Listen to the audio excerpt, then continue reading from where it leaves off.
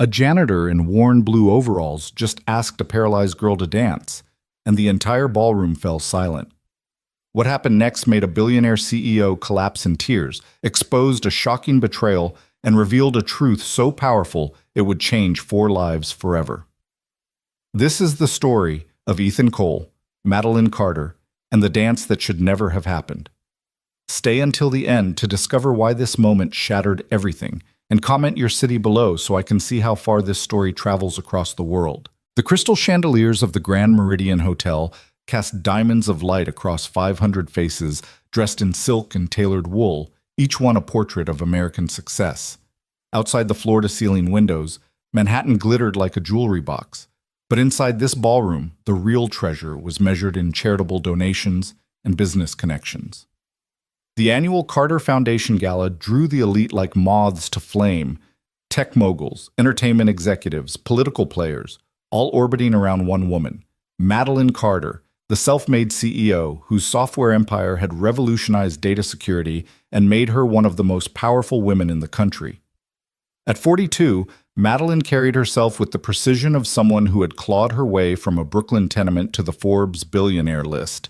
Her black evening gown was understated but flawless, her dark hair swept into an elegant chignon that revealed the sharp angles of her face. She moved through the crowd like a queen through her court, shaking hands, accepting praise for the foundation's work with children's hospitals. Her smile warm but her eyes constantly calculating, always 3 moves ahead. But tonight, despite the champagne and the orchestra's sweeping melodies, despite the generous checks being written for sick children, Madeline's attention kept drifting to a small table near the edge of the dance floor, partially hidden behind an arrangement of white roses and lilies. There sat Sophie. Madeline's 11-year-old daughter sat motionless in her custom wheelchair, her delicate frame draped in a pale blue dress that Madeline had spent an hour selecting that morning. Sophie's golden hair hung in careful curls around a face that might have been carved from porcelain for all the expression it showed. Her hands lay folded in her lap, unmoving. Her eyes stared at nothing, seeing everything and registering none of it. 14 months. 14 months since the accident that had stolen not just Sophie's ability to walk, but her voice, her smile, her very presence from the world. 14 months of the best neurologists, the most expensive therapists, the most cutting-edge treatments money could buy. 14 months of Madeline holding her daughter's limp hand and begging, pleading for just one word, one flicker of recognition, one sign that Sophie was still in there somewhere. Nothing. The doctors had run every test imaginable. Physically, Sophie's spine showed minimal damage. Nothing that should cause complete paralysis. Her brain scans were normal, but she remained locked away, as unreachable as if she'd been sealed in glass. Mrs. Carter, the auction is about to begin. Her assistant, Patricia, materialized at her elbow, tablet in hand. The senator wants to speak with you about the education initiative, and the Chronicle is requesting an interview. Tell them 15 minutes, Madeline said, her eyes still on Sophie. She'd insisted on bringing her daughter tonight, against the advice of Sophie's nurse, against her own better judgment. She'd told herself it was good for Sophie to be around people, to hear music, to feel part of the world again. But the truth Madeline could barely admit even to herself, was that she couldn't bear to leave Sophie alone anymore. Every moment away felt like abandonment. The accident had taken more than Sophie's mobility. It had taken Julian too, though in a very different way. Madeline's ex-husband stood across the ballroom, holding court with a group of venture capitalists, his sandy hair perfectly styled, his smile easy and confident. Julian Carter looked like he'd stepped out of a cologne advertisement, tall, athletic, with the kind of symmetrical features that had first attracted Madeline when they'd met at Harvard Business School 20 years ago. They'd built her company together, or so she'd thought. In reality, Julian had contributed his charm and connections while Madeline did the actual work. When the divorce came through 5 years ago, it had been bitter but clean. $50 million and he'd walked away, started his own consulting firm, moved on. He'd been in the car that night. He and Sophie both. Coming back from his weekend custody visit, Julian had walked away with bruises. Sophie hadn't walked at all. "Ladies and gentlemen, if I could have your attention, please." The auctioneer's voice boomed through the sound system, and the crowd began flowing toward their tables. Madeline moved to Sophie's side, placing a gentle hand on her daughter's shoulder. The girl didn't react, didn't even blink. "It's okay, sweetheart," Madeline whispered, her throat tight. "It's almost over. We'll go home soon." The auction proceeded with the usual pomp: vacation packages to exclusive resorts, private jet experiences, dinner with celebrities. Madeline bid mechanically on a few items, winning a week at an Italian villa she'd probably never visit. All around her, the wealthy played their games, competing with raised paddles and knowing smiles. She'd been one of them once, had enjoyed this world of excess and influence. Now it all felt hollow, like a stage play she could no longer remember her lines for. She was signing the auction slip when she felt it, a shift in the atmosphere, like a sudden change in air pressure before a storm. The murmuring started somewhere near the entrance, a ripple of confusion spreading through the crowd. Heads turned. Conversations died mid-sentence. Madeline looked up and felt her entire body go rigid. A man was walking through the ballroom. He didn't belong here. That much was instantly, painfully obvious. While everyone else wore evening gowns and tuxedos, this man wore navy blue work coveralls with "maintenance" embroidered on the breast pocket. His boots were scuffed, his hands showed old calluses, and his dark hair needed cutting. He looked to be in his late 30s, with a lean build and the kind of weathered face that spoke of hard work and harder years. A lanyard with a building ID badge hung around his neck. He was a janitor, a custodian, someone from the hotel staff who had clearly wandered into the wrong event. "Oh my God," someone whispered nearby. "Security is going to have a fit." "What's he doing? Is this some kind of protest?" Probably drunk. The staff were probably celebrating after working this event. But Madeline watched the man's face as he walked, and he didn't look drunk. He looked focused. His eyes scanned the crowd with an intensity that made her uncomfortable, as if he were searching for something specific. His jaw was set, his shoulders squared despite the growing number of people staring at him like he was an exotic animal that had escaped from the zoo. And then his eyes found Sophie. Madeline saw it happen, saw the way his gaze locked onto her daughter's wheelchair, saw something flicker across his face. Recognition? Concern? She couldn't read it, but it made alarm bells clang in her head. The man changed direction, walking with purpose now, straight toward Sophie's table. "Excuse me," Madeline said sharply, stepping forward to intercept him. "You can't be here. This is a private event." He stopped a few feet away, and up close she could see details she'd missed from a distance. His eyes were striking, a deep green that seemed too vibrant for the tired face they occupied. There was a faded scar above his left eyebrow. His hands, though calloused, were steady and clean. And when he looked at her, there was no embarrassment, no apology, just a quiet determination that made her take an involuntary step back. "I know," he said. His voice was low, rough-edged, but not unkind. "I'm sorry for interrupting, but I need to speak with your daughter." The words hit Madeline like ice water. "Absolutely not. Security." She turned, looking for the guards she knew were stationed around the ballroom. "Please," the man said quickly. "Just give me 2 minutes. I'm not here to cause trouble. I'm not dangerous. He glanced past her at Sophie, and something in his expression made Madeline's protest die in her throat. "I can help her." "What did you say?" Madeline's voice came out as a whisper. Around them a crowd was gathering, drawn by the spectacle. She could hear Julian's voice somewhere behind her, asking what was happening. "Your daughter," the janitor said. "I've seen her here before in the hotel. I work the night shift, clean the therapy center on the 3rd floor. She comes for treatment twice a week, so I've watched her sessions through the observation window." He held up his hands as Madeline's face flushed with anger. "I'm not a stalker. I'm not crazy. But I've noticed something the doctors haven't, something important." "How dare you?" Madeline started, but Julian was suddenly there, shouldering past her, his face red with fury. "What the hell is this? Who are you?" Julian's voice carried across the ballroom, sharp with authority and outrage. "Madeline, why are you talking to this person? He's staff. Security!" He looked around wildly. "Get this man out of here." 2 security guards in black suits were already moving through the crowd, their faces grim and professional. The janitor saw them coming but didn't run. Instead, he took one more step toward Sophie and Madeline found herself frozen, unable to move, unable to speak. "Sophie," the janitor said, and his voice had changed, become softer, gentler. "Sophie, my name is Ethan, Ethan Cole. I know you can hear me, even if you can't respond. I know you're scared. I know you've been hurt, but I also know something else." He crouched down slowly, bringing himself to eye level with the girl in the wheelchair. "I know you're still in there. I can see it, and I think I know why you can't come out." "That's enough," Julian shouted. "Madeline, do something." But Madeline was watching Sophie, and for the first time in 14 months, she saw something she'd thought was lost forever. Sophie's eyes moved, just a fraction, just the slightest shift of focus, but they moved from their fixed stare into nothing and focused on the janitor's face. It was so small, so subtle that anyone not watching closely would have missed it. But Madeline had spent hundreds of hours staring at her daughter, searching for any sign of awareness, and she saw it clear as day. Sophie was looking at him.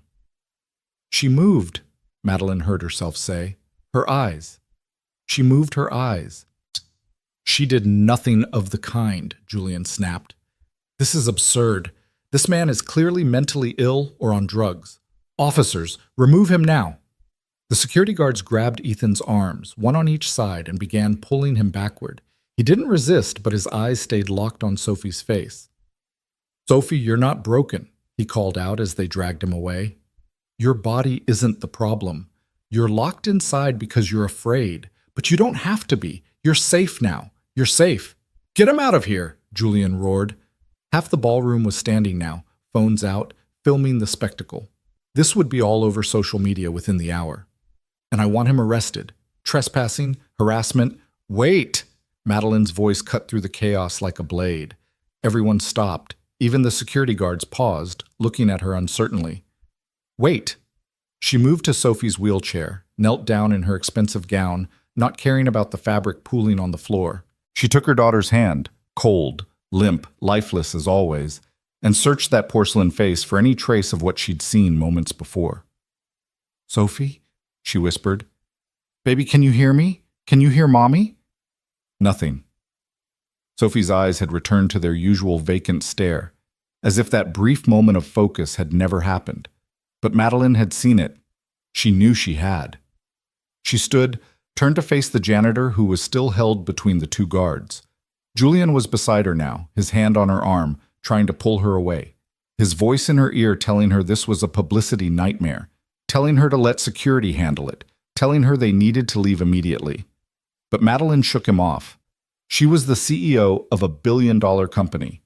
She hadn't built her empire by ignoring her instincts, and right now, every instinct she had was screaming at her to listen to this man. "What did you see?" she asked Ethan Cole. "In the therapy sessions. What did you notice?" Julian made a sound of disbelief. "Madeline, you cannot be serious. This man is a janitor who's harassing our daughter at a public event. He should be arrested, not interrogated." "Shut up, Julian," Madeline said without looking at him. She kept her eyes on Ethan. "Tell me, what did you see?" Ethan met her gaze, and she saw no deception there, no manipulation, just a deep, bone-tired sadness and something else, a flicker of hope, fragile as a candle flame in a storm. "I saw her fingers move during the electrical stimulation therapy," he said. 3 weeks ago. The therapist didn't notice because she was checking the settings on the machine, but I did. It was barely anything, just a tiny curl of her right index finger. But it happened. And then last week, during the hydrotherapy, I saw her foot flex, again, so small that no one caught it. But it was there. "That's impossible," Julian said. "The doctors have tested her extensively. There's been no muscle response at all." "That's because the doctors are looking for physical damage," Ethan replied, his voice gaining strength. "But what if the paralysis isn't physical? What if it's psychological?" Madeline felt her heart stutter. "What are you saying?" "I'm saying Sophie can move. Her body is capable, but something is stopping her. Something in her mind is keeping her locked down, frozen. I've seen it before. I used to work with patients like her, trauma victims, people whose bodies shut down not because they're broken, but because they're trying to protect themselves from something too terrible to face." The ballroom had gone completely silent. 500 people straining to hear every word. Madeline was aware of cameras still recording, aware that this would be everywhere by morning, but none of that mattered. Nothing mattered except the impossible thing this stranger was suggesting. "You're saying my daughter is choosing this?" Madeline's voice shook. "Choosing to be paralyzed?" "Not choosing. Hiding." Ethan's eyes were gentle now, sad. "Something happened to her, Mrs. Carter. Something beyond the accident itself. Something so frightening that the only way she could survive it was to disappear inside herself, to lock her body down so completely that she couldn't be hurt anymore." "This is insane," Julian said, but his voice had lost its sharp edge. He sounded uncertain now, almost afraid. "Sophie was in a car accident. A terrible accident, but that's all it was. There's nothing—" "Then let me talk to her," Ethan interrupted. "Just talk, nothing more. If I'm wrong, you lose 5 minutes. If I'm right—" He trailed off, but the implication hung in the air like smoke. If he was right, Sophie might come back. Madeline looked at her daughter, still motionless, still silent, still trapped in whatever prison her mind had built. 14 months of hoping, praying, begging for a miracle. 14 months of watching her little girl slip further and further away. And now this man, this janitor in work coveralls, was offering the first real hope she'd heard since the accident. It was insane. It was impossible. It went against every medical opinion she'd received from the best doctors in the world. But she'd seen Sophie's eyes move. "Julian, take your hand off me," Madeline said quietly. "Security, let him go." "Madeline, no!" Julian started, but she cut him off with a look that could have frozen nitrogen. "I said let him go. This is my decision. Sophie is my daughter." "She's my daughter too," Julian protested, but there was something in his eyes now, something that looked almost like panic. "I have custody rights. I won't allow this." "You have her every other weekend, Julian. I have her every other day. And right now, right here, I'm her mother, and I'm making this choice." Madeline turned back to Ethan as the security guards reluctantly released him. 5 minutes. That's all you get. And if this is some kind of scam, if you do anything to hurt her or upset her, I will destroy you. Do you understand? I will use every resource I have to make sure you never work again anywhere in this country. Ethan rubbed his wrists where the guards had held him and nodded. "I understand, and thank you. But Mrs. Carter, I need to tell you something else. This can't happen here, not in front of all these people. Sophie needs to feel safe, and this—" He gestured at the crowd, the cameras, the spectacle they'd created. "This is the opposite of safe." He was right. Madeline could see that. But the rational part of her brain was screaming warnings. This man was a stranger. He could be dangerous, he could be delusional, he could be a predator using her desperation against her. But he'd seen Sophie move. He'd seen what no doctor had noticed. "My car is outside," she said, making the decision before she could second-guess herself. "We'll talk there. Patricia, have the driver pull around front and clear a path. I don't want cameras following us." "Madeline, this is insane," Julian said, moving to block her path. "You're going to take our paralyzed daughter into a vehicle with a complete stranger based on what? His word that he saw her finger move? This is the grief talking. This is desperation making you—" "This is a mother doing whatever it takes to save her child," Madeline said coldly. "Something you've shown remarkably little interest in for the past year. When was the last time you visited Sophie at home, Julian? When was the last time you sat with her for longer than your mandatory visitation hours?" Julian's face flushed dark red, but he had no answer. Madeline pushed past him, moving to Sophie's wheelchair. She unlocked the brakes and began pushing her daughter toward the exit. Ethan walked beside them, quiet now, his face grave. The crowd parted like the Red Sea. Madeline could feel their eyes, hear the whispers starting up again, knew this would be dissected and analyzed and gossiped about for months. The powerful Madeline Carter losing her mind at her own charity gala. The janitor who dared to approach the untouchable CEO. The paralyzed daughter caught in the middle. Let them talk. Let them judge. She'd faced worse. They made it to the lobby, then outside into the cool November night. Madeline's Rolls-Royce was already waiting, her driver holding the door open, his face carefully neutral despite whatever chaos he'd heard about over his radio. "Help me get her inside," Madeline said to Ethan. Together they lifted Sophie from the wheelchair. She was so light. Too light. had lost weight despite Madeline's efforts to keep her eating, and settled her into the back seat. Madeline climbed in beside her daughter while Ethan folded the wheelchair and handed it to the driver. "Ma'am," the driver said quietly, "is everything all right? Should I call the police?" "Everything's fine, Thomas. Just drive around the block, slowly. We need privacy for a conversation." Thomas nodded and closed the door. A moment later, Ethan opened the opposite door and slid into the seat across from them. The car pulled away from the hotel, and suddenly it was just the four of them: Madeline, Sophie, Ethan, and the weight of 14 months of hope and heartbreak. The interior of the Rolls was quiet, insulated from the city noise outside. Soft leather, polished wood, and the faint scent of Madeline's perfume. Ethan looked profoundly out of place in his work coveralls, his rough hands clasped between his knees. But his eyes remained steady, focused on Sophie, with an intensity that was almost unsettling.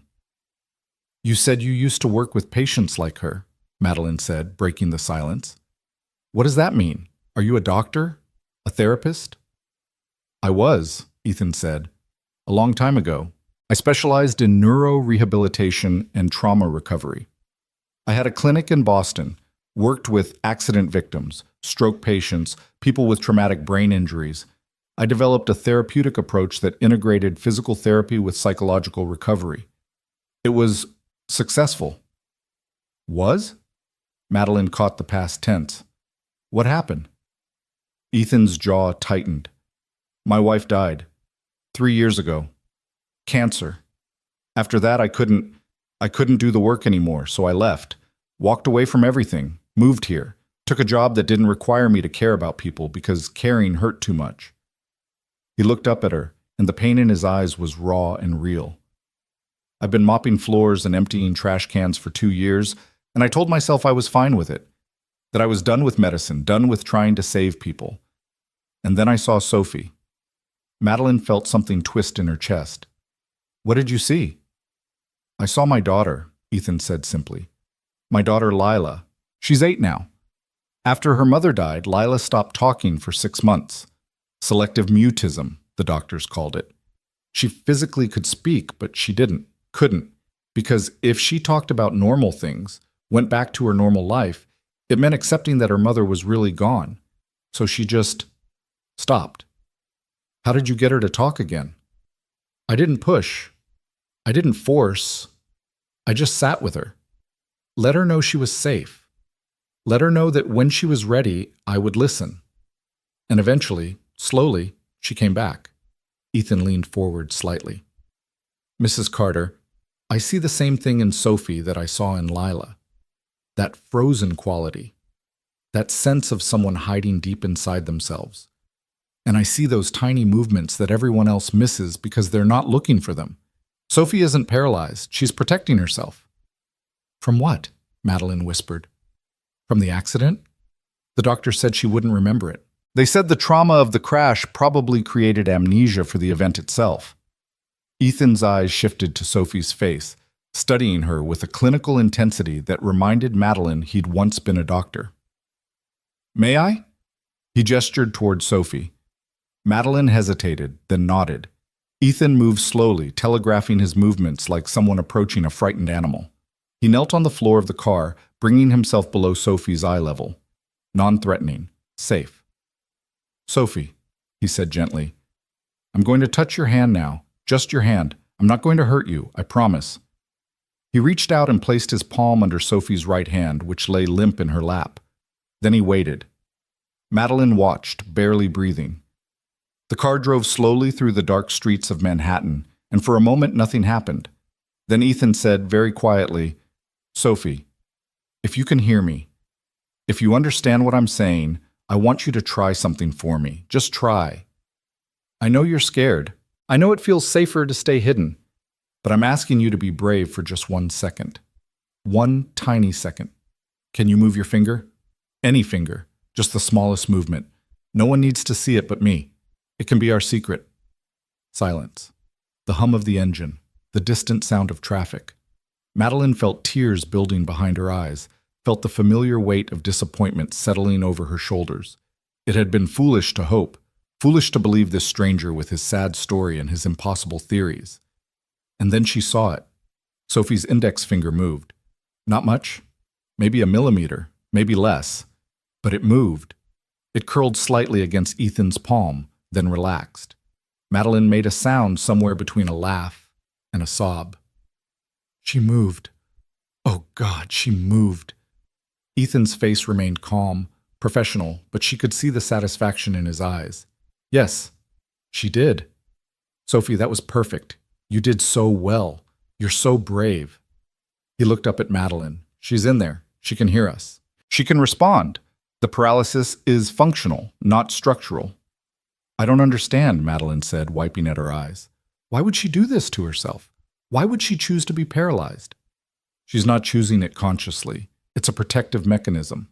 Her brain has essentially shut down her voluntary motor control to keep her safe from something. And based on what I've observed, I think that something happened not during the accident, but after. The words hung in the air like a bomb waiting to detonate. After? Madeline repeated. What do you mean after? I think Sophie witnessed or experienced something traumatic in the immediate aftermath of the crash. Something that scared her so badly that her mind decided the only way to survive was to disappear completely, to become so still, so quiet, that whatever threat she perceived couldn't find her. Madeline felt cold suddenly, despite the car's heating. But that doesn't make sense. The paramedics arrived within minutes. Julian was with her the whole time. He stayed with her until the ambulance came. He told me. He said he held her, talked to her, kept her calm until help arrived. Ethan said nothing. He just looked at her, his expression careful, neutral. And in that neutrality, Madeline felt something dark and terrible beginning to take shape. What are you suggesting? She asked, her voice barely above a whisper. I'm not suggesting anything, Ethan said. I'm only telling you what I've observed medically. Sophie's paralysis is psychological trauma presenting as physical disability, and the trigger for that trauma occurred at the scene of the accident. What exactly happened there? That's something only Sophie knows, and until she feels safe enough to tell us, she'll stay locked inside herself. The car had completed its circuit and was pulling back up to the hotel. Through the tinted windows, Madeline could see the crowd still gathered outside, the flash of cameras, the chaos they'd left behind. She looked at her daughter, motionless again, that brief spark of movement already vanished, and felt the world tilting beneath her. For 14 months, she'd been focused on the physical, on doctors and treatments and therapy, on fixing Sophie's broken body. She'd never considered that Sophie's body wasn't broken at all, that the real damage was somewhere much harder to reach, much harder to heal. I need your help, Madeline heard herself say. I need you to work with her, to try to bring her back. Mrs. Carter, I'll pay you anything. Name your price. I don't care what it costs. I just need my daughter back. She turned to face him fully, and she could feel the desperation leaking into her voice, could feel her carefully maintained CEO composure cracking. Please. You're the first person who's given me any hope in over a year. You're the first person who's seen her really see something. Please don't walk away now. Ethan ran a hand through his dark hair, looking suddenly exhausted. It's not about money. Mrs. Carter, I left medicine for a reason. I don't practice anymore. I can't. What I did tonight, approaching Sophie, talking to you, that was probably the most reckless thing I've done in 3 years. I could lose my job. I could be arrested for harassment, and I'm not even sure I can help her. I just saw something that bothered me enough that I couldn't stay silent. But you can help her. You got her to move. No one else has been able to do that. One finger movement isn't a cure. It's barely a beginning. What Sophie needs is intensive therapy, probably months of it, with someone who specializes in trauma. I can give you names, recommend excellent psychiatrists who work with children. I've already seen them, Madeline cut him off. I've taken Sophie to every specialist in the country. They all say the same thing. Give it time, wait for the healing process, hope for gradual improvement. But it's been 14 months and she's only gotten worse. She's fading away. I can feel it. She's slipping further inside herself every day, and I don't know how to reach her. The car stopped. Thomas opened Madeline's door, and the noise of the outside world rushed in. Sirens, voices, the click of cameras. Madeline ignored it all, keeping her eyes locked on Ethan Cole. I'm not asking you to commit to anything long-term, she said. Just give me a week. Come to my house. Spend time with Sophie. See if you can make more progress. If after a week you don't think you can help her, I'll accept that. I'll let you go. But if there's even a chance, even the smallest possibility that you can bring my daughter back, I have to try. We have to try." Ethan looked at Sophie, then back at Madeline. She could see the war playing out across his face. The doctor who wanted to heal battling with the broken man who'd walked away from healing. The hope fighting with the fear of failure, of pain, of caring again. "1 week," he finally said. "But I have conditions. First, this stays private. No publicity, no media. What happened tonight is already going to be a circus, but I won't have Sophie's recovery turned into a spectacle. Second, I work alone. I don't need other doctors questioning my methods or interfering. And third," he paused, and something vulnerable flickered across his face. "My daughter Lila. She comes with me. I'm a single father. I don't have childcare, and I won't leave her alone. If that's a problem—" "It's not a problem," Madeline said quickly. "Bring her. Sophie could use a friend. Even if she can't respond yet," she thought. "Even if she can't play or talk or laugh. Having another child around might help. Might remind Sophie of what it means to be a kid." Ethan nodded slowly. "Then we have an agreement. I'll need to give notice at my job, arrange my schedule. I can start Monday. That gives you 2 days to prepare Sophie, explain to her that I'll be coming, that we're going to try something new." "Monday," Madeline agreed. "I'll send a car for you. What's your address?" He told her, and she committed it to memory. Then he climbed out of the rolls, stood on the curb in his work coveralls, looking small and out of place among the evening gowns and tuxedos still spilling out of the hotel. Before he walked away, he leaned back down to speak through the open door. "Mrs. Carter, there's one more thing you should know. If I'm right about Sophie, if her paralysis really is psychological trauma, then helping her recover means she'll have to face whatever scared her. She'll have to remember. And sometimes the truth we're hiding from is more painful than the symptoms we create to avoid it. Are you prepared for that? Are you prepared to learn something you might not want to know?" Madeline looked at Sophie, at her beautiful, broken, silent daughter, and felt a chill run down her spine. But she nodded. "Whatever it takes. I just want her back." Ethan held her gaze for a long moment, then nodded and walked away, disappearing into the crowd. Madeline watched him go, then pulled Sophie close, wrapping her arms around her daughter's unresponsive body. "It's going to be okay, baby," she whispered into Sophie's golden hair. "I found someone who can help you, someone who sees you. It's going to be okay." But even as she said the words, she felt the weight of Ethan's warning settling over her like a shroud. Whatever truth Sophie was hiding from, whatever had happened at that accident scene that was so terrible it had driven her to lock herself away completely, Madeline was about to uncover it. And some part of her, some deep instinct she couldn't quite name, whispered that once she knew the truth, nothing would ever be okay again. The Rolls pulled away from the hotel, carrying them through the glittering city toward home. Behind them, the gala continued. The charity auction resumed. The wealthy and powerful returned to their champagne and their causes. But Madeline Carter barely noticed. Her mind was already racing forward, already preparing for Monday, for Ethan Cole and his daughter, for whatever journey they were about to begin. In her arms, Sophie remained still and silent, locked in her invisible prison. But Madeline had seen her move, had seen that tiny curl of her finger, that miraculous sign of life. It was the first miracle she'd witnessed in 14 months. She prayed desperately it wouldn't be the last. And somewhere in the back of her mind, Julian's panicked expression when Ethan had started talking about Sophie's trauma kept replaying itself. The way he'd tried so hard to get the janitor removed, the way he'd dismissed every word Ethan said, the way he'd looked almost frightened. "What are you hiding, Julian?" Madeline thought, staring out at the passing city lights. "What happened that night that I don't know about?" But she pushed the thought away. Julian was Sophie's father. Whatever his faults as a husband and ex-husband, he loved his daughter. He would never do anything to hurt her. Would he?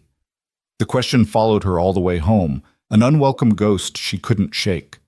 And in the darkness of the car, Sophie's eyes flickered once more.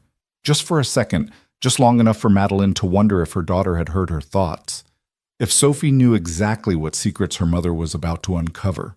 and if that terrified her even more than the silence. The weekend passed in a blur of anxiety and preparation that left Madeline feeling like she was standing on the edge of a cliff, unable to see the bottom. Saturday morning found her in Sophie's room at 7 a.m., pulling back the heavy curtains to let autumn sunlight spill across the hardwood floors. Sophie sat propped in her specialized bed, positioned exactly as the night nurse had left her, her eyes open but seeing nothing, her body a beautiful statue carved from flesh instead of marble. "Good morning, sweetheart," Madeline said, forcing brightness into her voice as she did every morning, pretending this was normal, pretending her heart wasn't breaking with every word that went unanswered. "We have a big week ahead of us. Someone new is coming to help you. His name is Ethan, and he has a daughter named Lila who's going to visit too. Won't that be nice?" Sophie's expression didn't change. Madeline hadn't expected it to, but some foolish part of her kept hoping that maybe today would be different, that maybe the finger movement from Friday night had been the beginning of something, a crack in the wall that kept her daughter prisoner. She went through the morning routine with mechanical efficiency born of 14 months of practice. Helping Sophie to the bathroom, supporting her weight as the girl's legs dragged uselessly. Washing her face with a warm cloth, brushing her teeth, combing through those golden curls that had once bounced with life and laughter. Getting her dressed in soft cotton clothes that were easy to manage, easy to change when accidents happened because Sophie couldn't communicate her needs. Every task was a reminder of what they'd lost. Sophie had been such a vibrant child before the accident. Curious, talkative, always asking questions about everything. She'd wanted to be a veterinarian, had filled notebooks with drawings of animals she wanted to help someday. She'd taken dance lessons and piano lessons, and had been learning French because she dreamed of visiting Paris. She'd had friends, plans, a future stretched out before her like a golden road. Now she had nothing but silence and stillness, and a mother who was slowly drowning in helplessness. Madeline was lifting Sophie into her wheelchair when her phone buzzed. Julian's name lit up the screen, and she felt her jaw tighten automatically. She'd been avoiding his calls since Friday night, had ignored the 17 messages he'd left demanding to know what she was thinking, insisting they needed to talk about the janitor situation, threatening to call his lawyer if she went through with any kind of unsupervised treatment. She let this call go to voicemail, too. By noon, Sophie was settled in the sunroom, positioned by the windows overlooking the garden where fall leaves drifted down like copper snow. Madeline had spent a fortune on this house in Westchester, a modern fortress of glass and stone set on 5 private acres.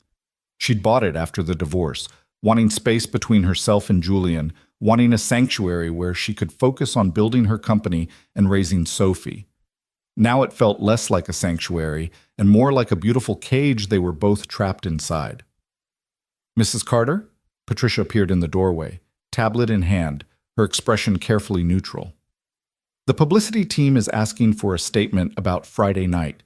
TMZ is running a story, and Twitter is calling you everything from a grieving mother to someone having a public breakdown. They want to know how you'd like to respond." Madeline didn't look away from Sophie. "Tell them no comment. Tell them to respect our privacy during this difficult time. The usual corporate speak. They're also asking if you want to pursue charges against Mr. Cole. Apparently Julian's attorney has already filed a restraining order request." Now Madeline did turn, her eyes sharp. "He did what?" "Filed for an emergency restraining order claiming Mr. Cole poses a threat to Sophie's safety and well-being. The hearing is scheduled for Monday morning. Julian's lawyer is arguing that Mr. Cole is an unstable individual who engaged in targeted harassment of a vulnerable child." Of course he did. Madeline felt fury rising hot in her chest.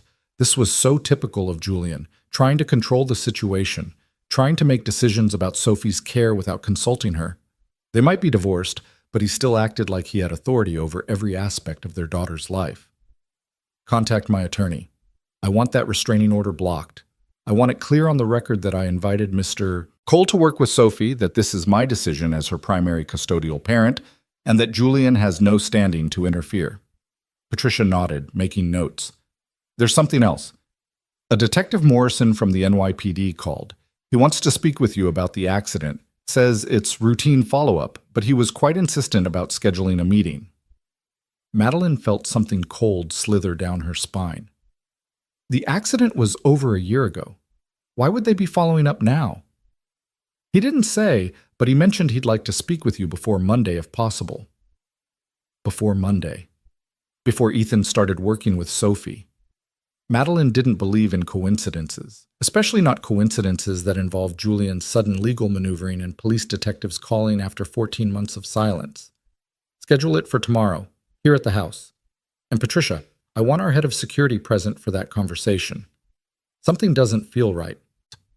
After Patricia left, Madeline sat beside Sophie, taking her daughter's limp hand in her own. The sunlight caught the delicate bones of Sophie's wrist, the translucent quality of her skin. She'd always been a small child, but now she looked almost ethereal, like she was slowly fading from the world. "What happened, baby?" Madeline whispered. "What are you so afraid of? What did you see that scared you so badly?" Sophie stared at nothing, her chest rising and falling in the steady rhythm of breathing, alive but not living. Madeline's phone buzzed again. This time, it was a number she didn't recognize. She almost ignored it, but something made her answer. "Mrs. Carter, this is Ethan Cole." His voice was rough, hesitant. "I hope it's okay that I'm calling. I got your number from the hotel employee directory. I wanted to check in, see how Sophie was doing after Friday night." Madeline felt an unexpected wave of relief at hearing his voice. "She's the same, no change since the car. But I'm glad you called. We need to talk before Monday. Julian is trying to get a restraining order against you. He's claiming you're dangerous." There was a long pause. "I was afraid something like this might happen. Mrs. Carter, if this is going to cause legal problems for you, I can step back. I don't want to make your situation worse." "No." The word came out sharper than she intended. "No, you're not stepping back. Julian doesn't get to make this decision, but I need you to be prepared for what you're walking into. This isn't just about treating Sophie anymore. There are going to be lawyers involved, possibly police. Julian is going to fight this." "Why?" Ethan asked quietly. Why would her father try to prevent treatment that might help her? It was the same question that had been haunting Madeline since Friday night. "I don't know, but I'm going to find out." They talked for a few more minutes, Ethan explaining his planned approach, the gentle techniques he'd used with trauma patients, the importance of creating a safe environment where Sophie could begin to feel secure enough to emerge from her protective shell.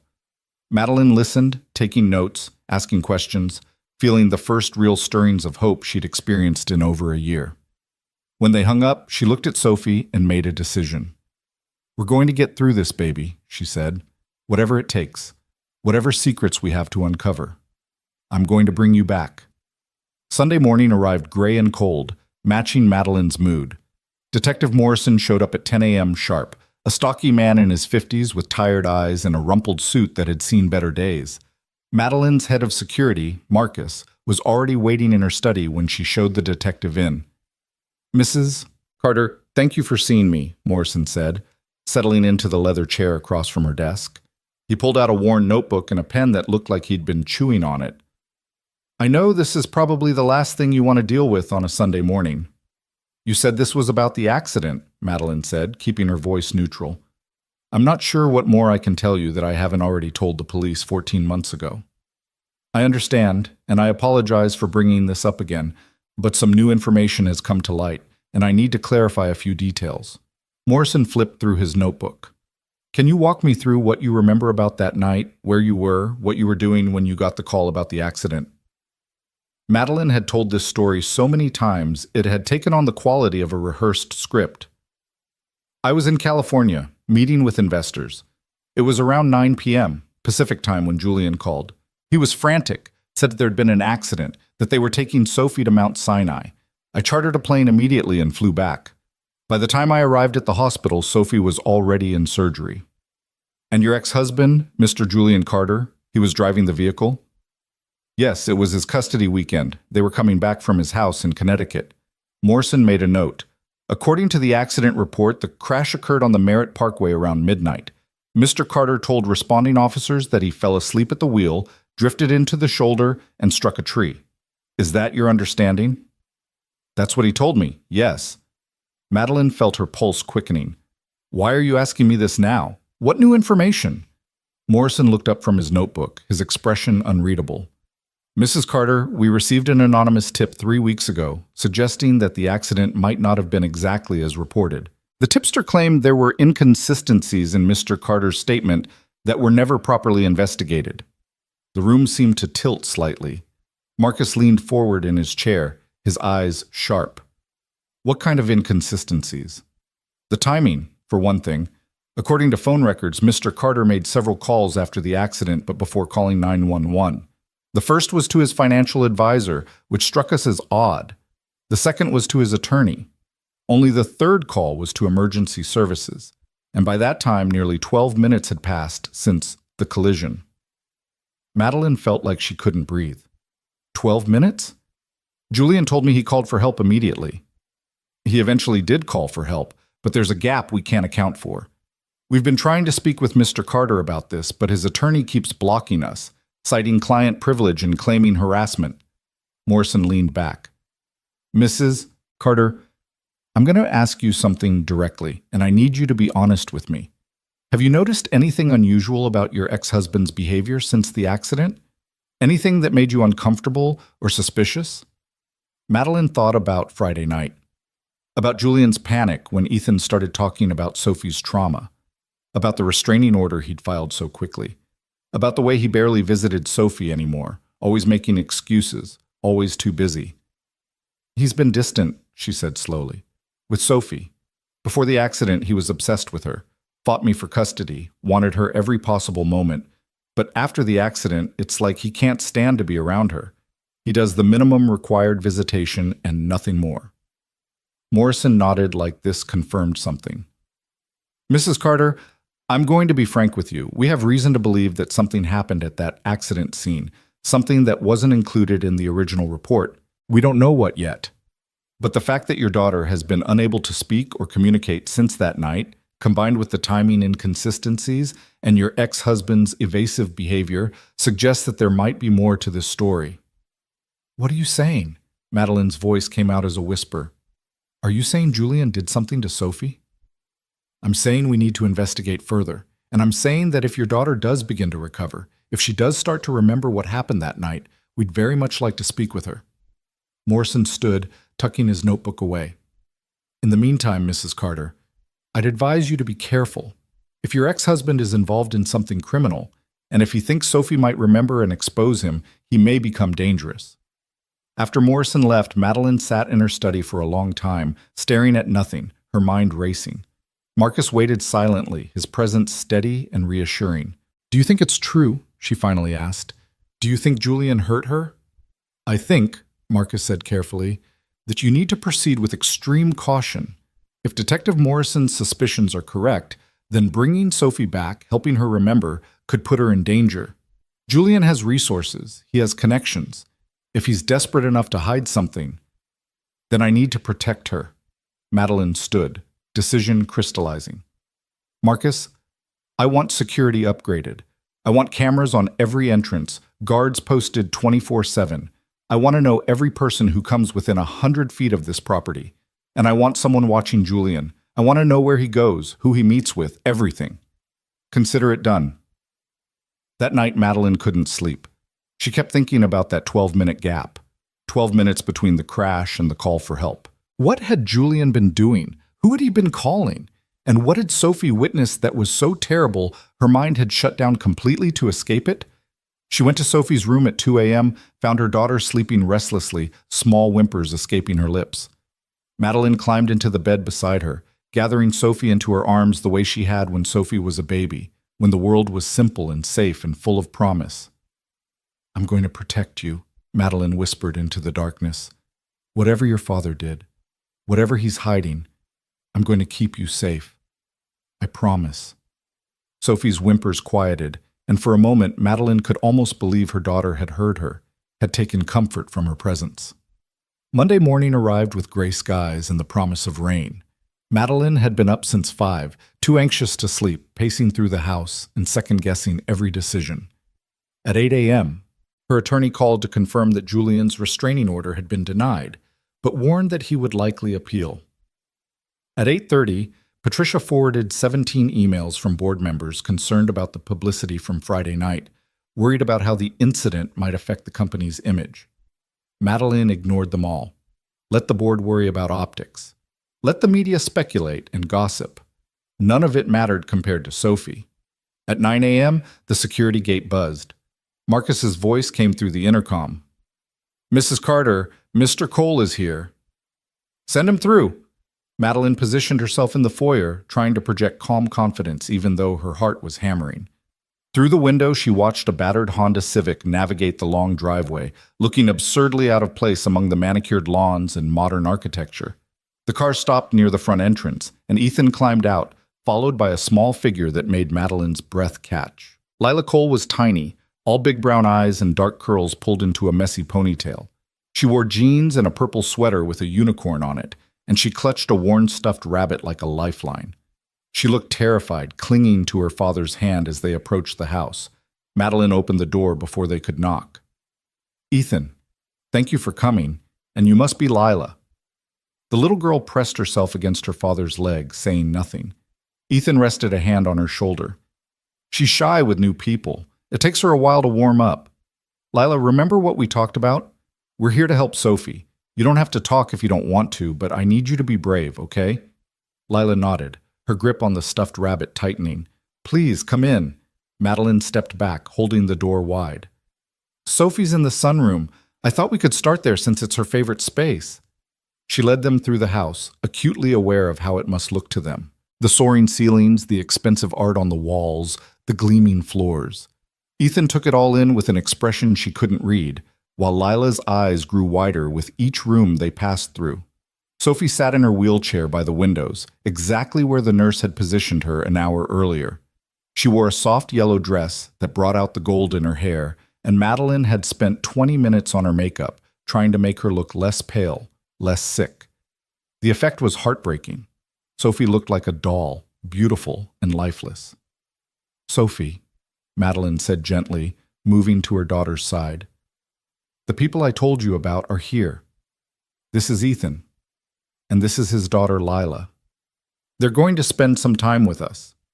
Ethan approached slowly, that same careful movement she'd noticed in the car, like he was dealing with something fragile and precious. But his attention wasn't on Sophie.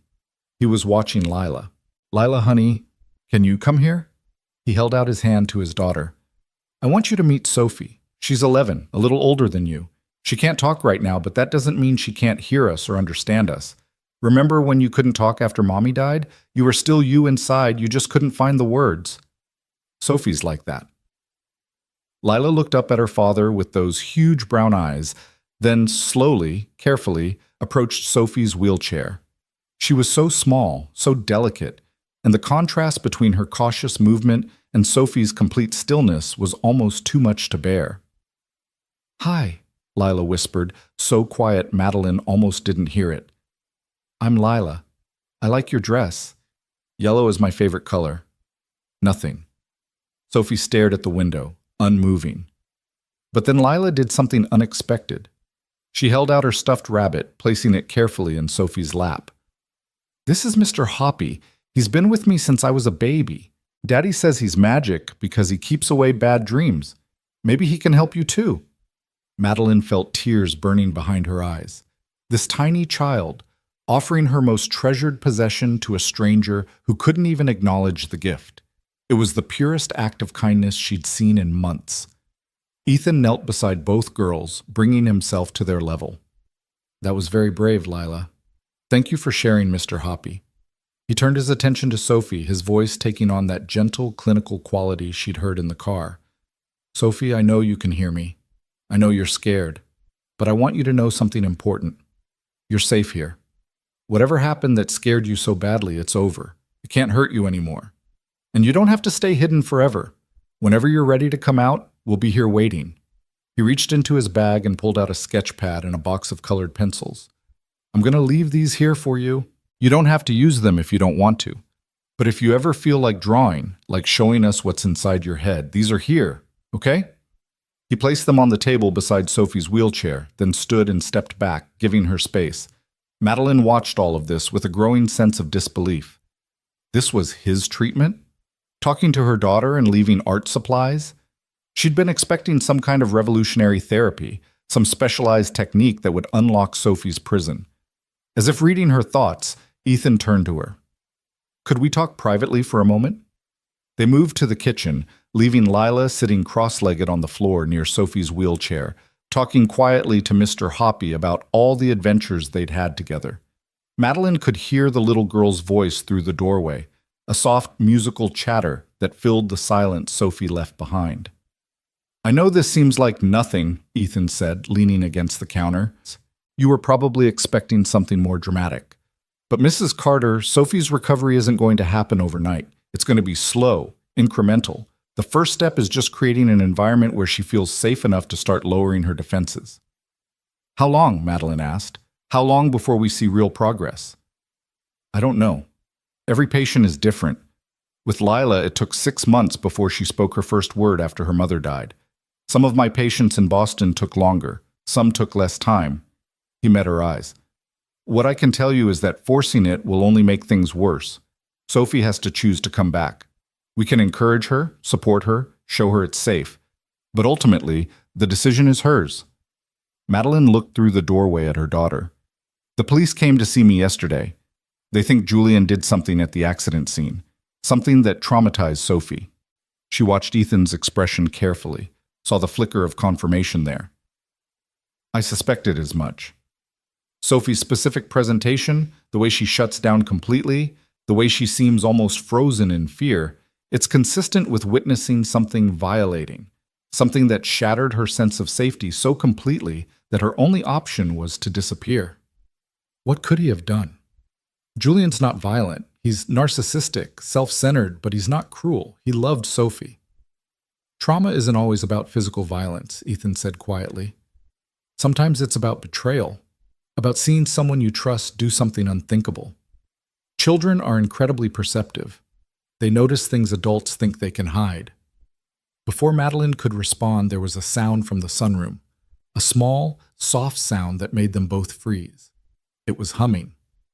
Lila was humming a tune, something simple and sweet, and she was swaying slightly as she sat on the floor, making Mr. Hoppy dance to the melody. And Sophie's head had turned, just slightly, just enough to see Lila instead of the window. Madeline grabbed Ethan's arm. "Look," she breathed. "She's watching." They stood in the kitchen doorway, afraid to move, afraid to breathe, as Sophie's eyes tracked Lila's movements. It was such a small thing, but after 14 months of absolute stillness, it was everything. Ethan's hand covered Madeline, steadying her. "Don't react. Don't make a big deal. Just let it happen naturally." So they watched in silence as Lila continued her innocent play, completely unaware that she was performing a miracle. She picked up one of the colored pencils from the table, examined it critically, then began drawing on the sketch pad, her tongue poking out slightly in concentration. "I'm going to draw you and Mr. Hoppy," she announced to Sophie. "You can watch if you want. I'm not very good at drawing, but Daddy says what matters is trying." Sophie's eyes remained fixed on Lila's face, on the movement of her small hands across the paper. And then, so slowly Madeline almost thought she was imagining it, Sophie's fingers began to move. Not much, just a slight curl, a tiny flexing of muscles that hadn't responded in over a year. She was reaching for the pencils. Ethan's hand tightened on Madeline's, a silent warning not to interfere. They watched as Sophie's hand crept across the arm of her wheelchair, trembling with effort, moving with agonizing slowness toward the colored pencils. It took minutes that felt like hours. Lila kept drawing, chattering away, apparently not noticing the monumental struggle happening beside her. Finally, Sophie's fingers brushed against a red pencil. They closed around it, clumsy and uncertain, like a baby learning to grasp for the first time. She lifted it, the movement jerky and uncoordinated, and slowly, painfully, brought it to the sketchpad. The pencil touched paper.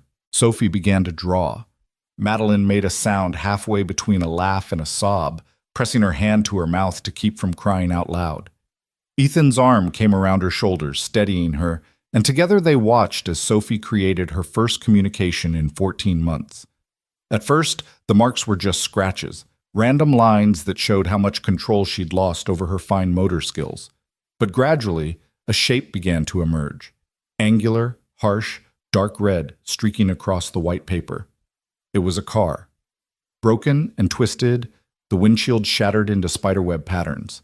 And beside the car, a stick figure standing, not helping, not calling for aid, just standing and holding something. Sophie's hand shook as she drew, and the red pencil pressed so hard into the paper it began to tear. The figure was reaching into the wrecked car, taking something, and in the corner of the drawing, barely visible, was a smaller figure, a child, watching. Then Sophie's hand stopped. The pencil fell from her fingers and rolled onto the floor. Her eyes went blank again, retreating back into that safe nowhere place. But she'd left behind a message, a piece of evidence, a window into the nightmare that had stolen her from the world. Madeline moved forward on shaking legs, picking up the drawing with trembling hands. "Oh, God," she whispered. "Oh, God. What did you see, baby?" Ethan was beside her, examining the sketch with clinical focus. She remembers. She was conscious at the scene. She saw something, someone taking something from the car. Someone who should have been helping her but wasn't. He looked at Madeline, his expression grim. "We need to document this. Photograph it. Preserve it. If Julian did something criminal that night, this could be evidence." "Julian," Madeline repeated, staring at the stick figure in the drawing. The proportions were rough, childlike, but the intent was clear. This was an adult male. This was someone Sophie knew, someone she'd trusted. He took something. That's why he made those calls before 911. He was stealing something from the wreck. Do you know what it could have been? Madeline's mind raced through possibilities. Julian had been in the car with Sophie, coming back from Connecticut, from his house where he kept his office, his files. "Documents," she said suddenly. He had his home office there, financial records, business papers. He's a financial consultant. He handles money for wealthy clients. What if he had something in the car he wasn't supposed to have? Something incriminating? You think he let his daughter lie there in pain, possibly dying, so he could destroy evidence? Madeline looked at Sophie, at her daughter who had retreated back into silence, and felt something cold and hard settling in her chest. "I think," she said slowly, "that I don't know my ex-husband as well as I thought I did. And I think we need to find out exactly what he was hiding." The photograph of Sophie's drawing sat on Madeline's desk like an accusation, the harsh red lines seeming to pulse with their own dark energy even in the soft lamplight of her study. It was nearly midnight, and she'd been staring at it for hours, trying to make sense of what her daughter had shown them, trying to reconcile the man she'd married with the monster that drawing suggested. Ethan sat across from her, nursing his third cup of coffee, his face drawn with exhaustion but his eyes alert. They'd sent the girls to bed hours ago after Sophie had retreated fully back into her silence, her brief emergence apparently costing her everything she had. Lila had fallen asleep on the guest room bed clutching Mr. Hoppy, while Sophie lay in her own room with the night nurse watching over her, and Madeline had convinced Ethan to stay, to help her figure out what to do with this terrible new knowledge.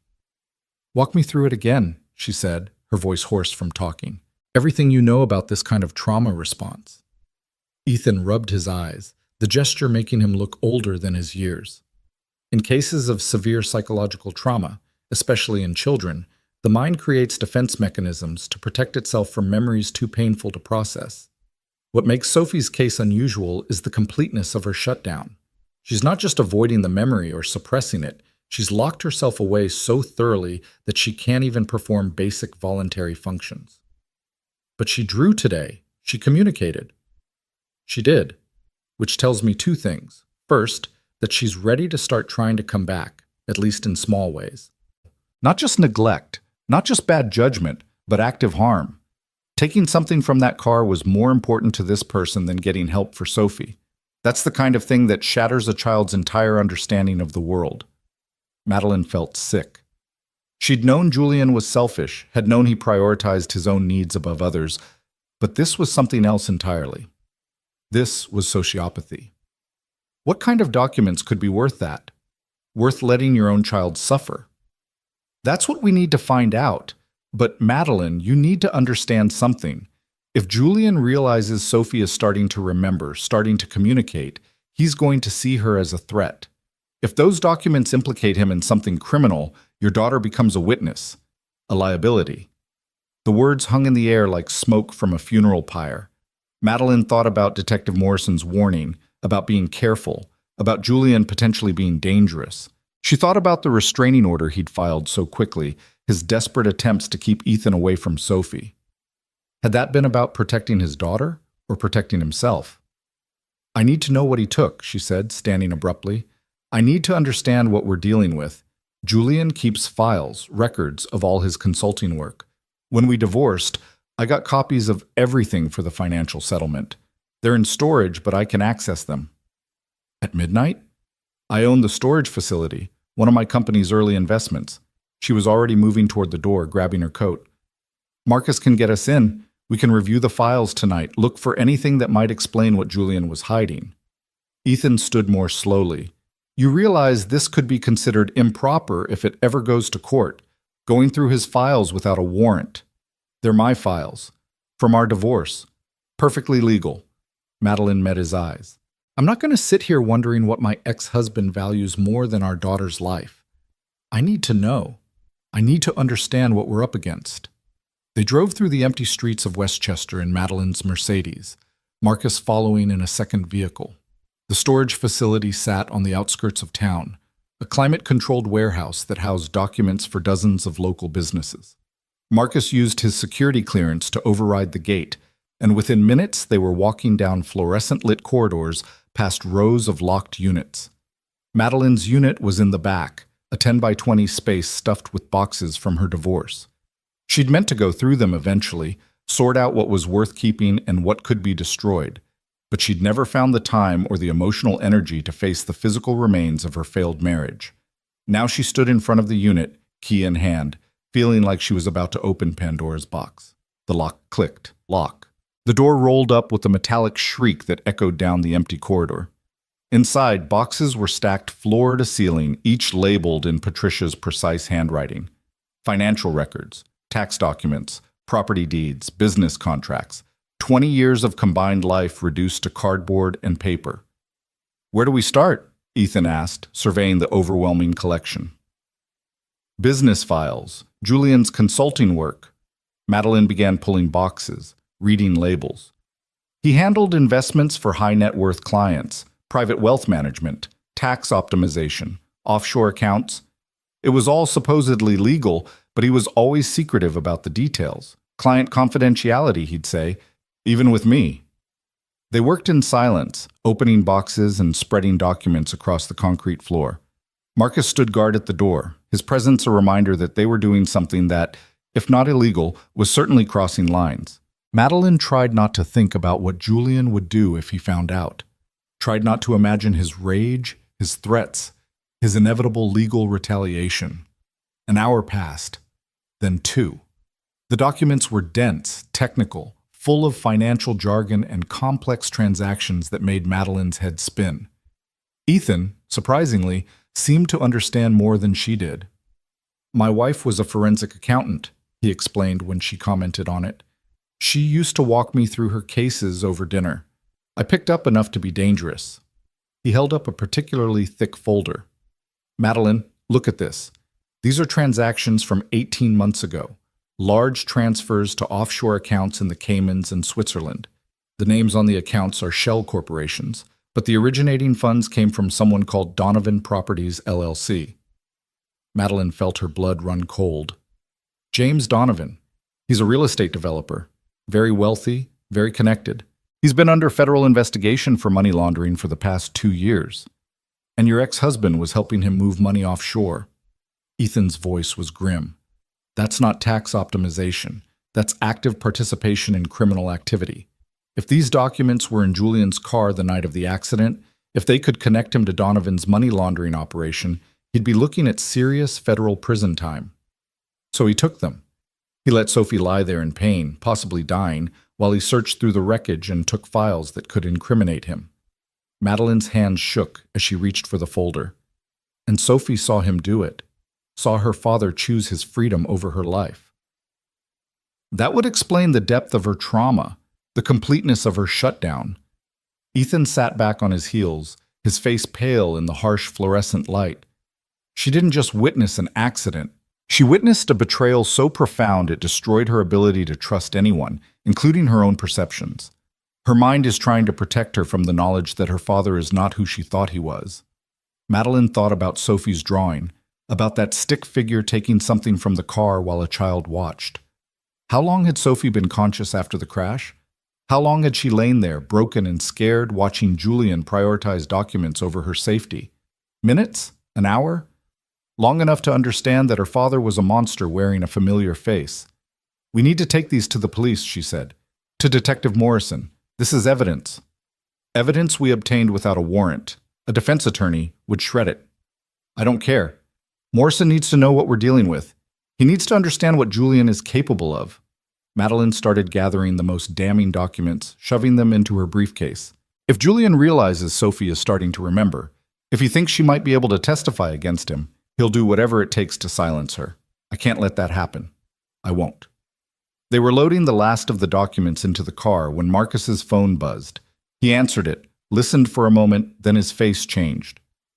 "Mrs. Carter, we have a problem. The security system at your house just triggered an alert. Someone tried to access the property through the service entrance." Madeline felt her heart stop. Sophie. They drove back at speeds that would have gotten them arrested on any night when the roads weren't empty. Marcus coordinated with the security team through his phone, his voice clipped and professional. But Madeline could hear the tension underneath. Someone had tried to breach the estate. The alarms had scared them off, but they'd been there. At her house. Near her daughter.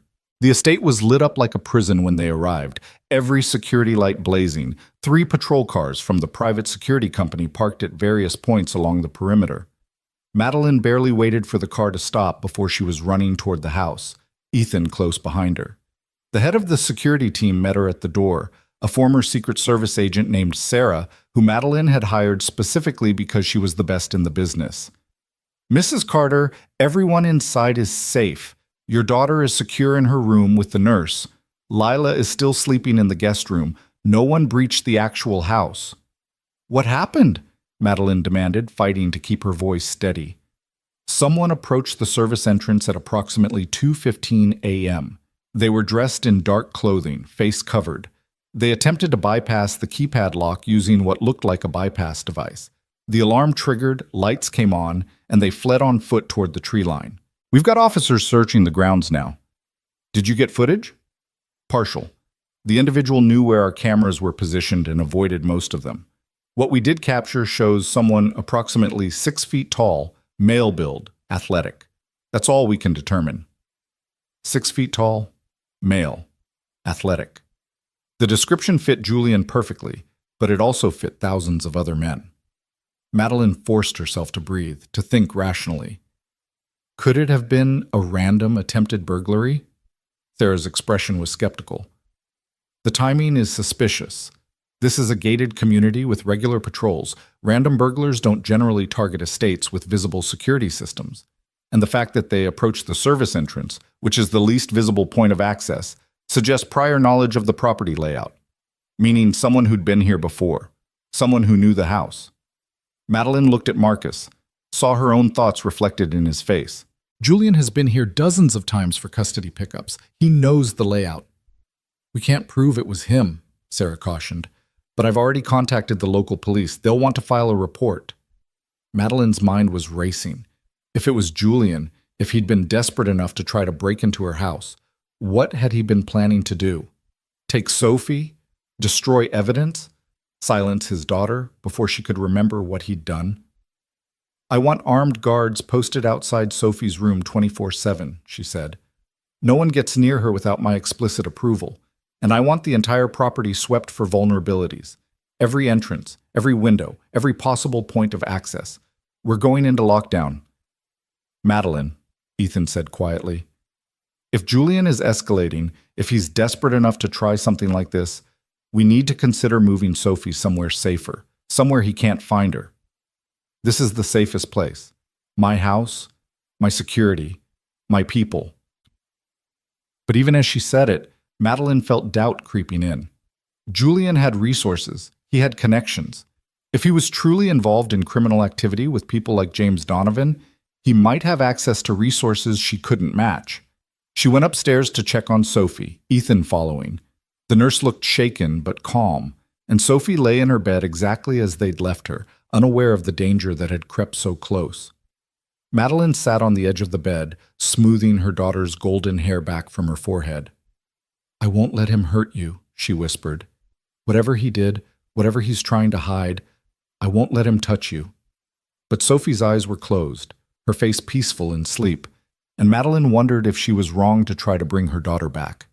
If maybe Sophie was safer locked away inside herself, protected from the terrible truth that her father valued his freedom more than her life. Protected from the knowledge that the man who was supposed to keep her safe was actually the greatest threat she faced. Ethan touched her shoulder gently. "Come on, let her rest. We need to talk about what happens next." They went back downstairs to the study, where Marcus had laid out the documents they'd taken from storage. The evidence of Julian's crimes spread across expensive mahogany like a cancer diagnosis. Sarah joined them, along with a detective from the local police department who took Madeline's statement about the attempted break-in with professional efficiency. "We'll increase patrols in the area," the detective said, tucking away his notebook. "But Mrs. Carter, I have to be honest with you. Unless we catch someone in the act or get clear footage identifying the intruder, there's not much we can do. We can't arrest someone on suspicion alone." After he left, Madeline sat in her chair feeling helpless and furious in equal measure. She was one of the most powerful women in the country, had built a billion-dollar company from nothing, commanded respect from business leaders and politicians. But she couldn't protect her own daughter from her ex-husband, couldn't use her money or her influence to keep Sophie safe from a man who had every legal right to be in her life. "I'm going to call Detective Morrison in the morning," she said. "Give him these documents. Let the federal investigation do what it needs to do. Julian can't hurt Sophie if he's in federal custody." "That could take months," Marcus warned. "Federal investigations move slowly, and if Julian realizes what's happening, if he lawyers up and starts fighting, it could be a year or more before any charges are filed. Then we need to make sure Sophie is ready to testify before then. We need her to remember, to be able to tell the authorities what she saw." Madeline looked at Ethan. "How fast can you work? How quickly can you bring her back?" Ethan's expression was troubled. "You're talking about forcing her recovery? Pushing her to confront trauma before she's ready? That could do more harm than good. It could break her permanently. And letting Julian run free could get her killed." Madeline's voice rose, cracking with desperation. "You said yourself he might see her as a threat. If he's willing to break into my house, what else is he willing to do?"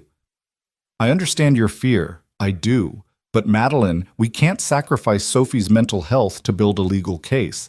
She's not evidence. She's a traumatized child who needs gentle, patient care. If we push too hard, we might bring back her body but lose her mind forever." Madeline wanted to scream, to throw something, to rage against the impossible situation she found herself in. But she knew Ethan was right. She'd spent 14 months searching for any way to reach her daughter. She couldn't risk losing Sophie completely now, just because she was afraid of Julian. "So what do we do?" she asked, her voice small and defeated. "We keep doing what we're doing. We create a safe space for Sophie. We let her communicate at her own pace. We build her trust gradually. And we protect her physically while she heals psychologically." Ethan's voice was firm, certain. "Lila got through to her today. That drawing was more progress than you've seen in over a year. We build on that, slowly, carefully, and we hope it's fast enough." The rest of the night passed in a blur of phone calls and planning. Marcus coordinated with the security team to establish new protocols. Sarah installed additional cameras and motion sensors. Madeline contacted her lawyer to discuss options for restricting Julian's access to Sophie. And Ethan sat with her through it all, a steady presence in the chaos, occasionally making suggestions, but mostly just being there, understanding in a way no one else could. By the time the sun rose, Madeline had made her decisions. They would stay in the house, but with military-grade security. Detective Morrison would get the documents, but they'd also keep copies as insurance. Julian's next custody visit would be supervised at a neutral location, with armed security present. And Ethan and Lila would move into the estate for the duration of Sophie's treatment, so they wouldn't have to travel daily and leave Sophie vulnerable. "You don't have to do this," Madeline said to Ethan as dawn light began filtering through the study windows. "You're putting yourself and your daughter in potential danger. If Julian is as desperate as we think, being here makes you targets too." Ethan looked at her with those steady green eyes, and she saw resolve there that matched her own. When my wife was dying, when the cancer was eating her alive and the doctors told me there was nothing more they could do, I made her a promise. I promised her I wouldn't stop trying to save people, that I wouldn't let her death mean I gave up on healing. I broke that promise for 3 years. I hid in my grief and my guilt, and I pushed away everything that mattered. Sophie gave me a reason to remember who I was supposed to be. I'm not walking away now. Something shifted between them in that moment, some recognition of shared purpose and shared pain. Madeline reached across the desk and took his hand, and he squeezed back, and neither of them said anything else because nothing else needed to be said. The girls woke around 8. Lila came downstairs rubbing sleep from her eyes, still clutching Mr. Hoppy, looking confused about why her father was still there. Sophie's nurse brought her down shortly after, wheeling her into the breakfast room where morning sunlight made everything look deceptively normal and safe. "Good morning," Madeline said, injecting false brightness into her voice. "Lila, how do you feel about an adventure? Your daddy and you are going to stay here with us for a while. You can have your own room, and you and Sophie can spend every day together. Won't that be fun?" Lila looked at her father uncertainly. "Are we in trouble?" "No, honey, we're helping. Remember? We're helping Sophie get better. And Mrs. Carter thinks it would be easier if we stayed here so we don't have to drive back and forth." Ethan knelt beside his daughter. "Is that okay with you? I know this house is really big and different from home, but I'll be here with you the whole time." Lila considered this, then looked at Sophie, sitting silent and still in her wheelchair.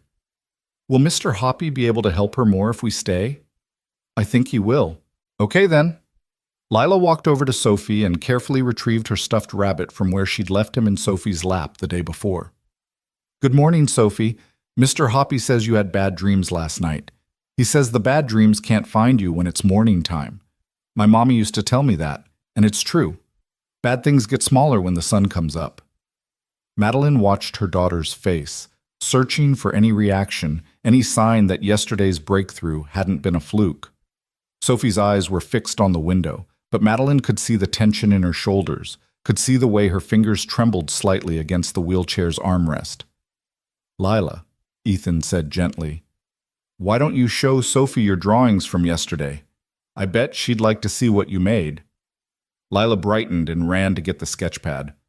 While she was gone, Ethan moved closer to Sophie, his voice dropping to that calm, clinical tone. "Sophie, I know you're scared. I know what happened last night probably made you more scared. But I want you to understand something very important. Your mother and I, we're not going to let anyone hurt you. Whatever you saw, whatever you remember, you're safe now. And when you're ready to tell us more, we'll listen. But only when you're ready, okay?" Sophie didn't respond, but Madeline saw her daughter's chest rise and fall a little faster, saw the minute tension in her jaw. She was listening. She was aware. The question was whether she'd be brave enough to emerge again, to risk the terrible vulnerability of communication. Lila returned with the sketchpad, flipping through pages of her childish drawings.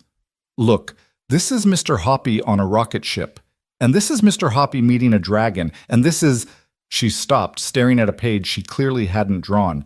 "Daddy, what's this?" Ethan took the pad and Madeline saw his expression change. "Sophie, did you draw more last night?" Sophie's eyes flickered, just for a second, toward the sketchpad. Then away. But it was enough. Confirmation that somehow, at some point during the night, she'd reached for those colored pencils again.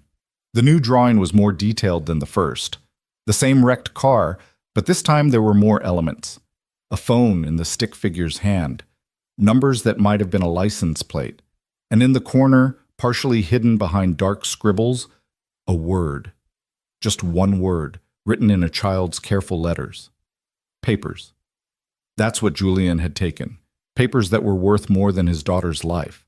Documents that could destroy him, that could send him to prison, that made a little girl lying broken and scared in a demolished car less important than covering his tracks. Madeline felt rage building in her chest, hot and fierce and righteous. She thought about calling Julian right now, screaming at him, demanding answers. But Ethan's hand on her arm stopped her, his touch a reminder that this wasn't about her anger. It was about Sophie, about slowly, carefully building the bridge that would bring her daughter back. "That's a very detailed drawing," Ethan said to Sophie, his voice admirably calm. You're very good at remembering things. Very brave to show us what you remember. Thank you for trusting us with this." Lila was looking between the adults, her young face troubled. "Is Sophie showing us something bad? Something that happened?" "Yes, honey, something bad that happened a long time ago, but it's okay to draw bad things sometimes. It helps them get out of your head so they can't hurt you anymore." Ethan pulled his daughter close. "Why don't you draw something happy next to Sophie's picture? Something that shows what happens after the bad thing is over. Can you do that?" Lila took the sketch pad and settled on the floor with her colored pencils. After a moment's thought, she began drawing two stick figures holding hands, one tall, one small. "This is you and Sophie after she gets better," she announced. "You're going to the park to feed ducks. My mommy used to take me to feed ducks before she got sick. It was her favorite thing. She said ducks are silly and happy, and they don't worry about anything except finding bread." Something in Madeline's chest cracked at the innocent wisdom of this 8-year-old child who'd lost her mother and somehow found a way to keep living, keep hoping, keep believing that happiness was still possible after tragedy. She looked at Ethan and saw tears in his eyes, too. They spent the morning settling Ethan and Lila into their rooms, a connected suite in the East Wing that gave them privacy while keeping them close to Sophie.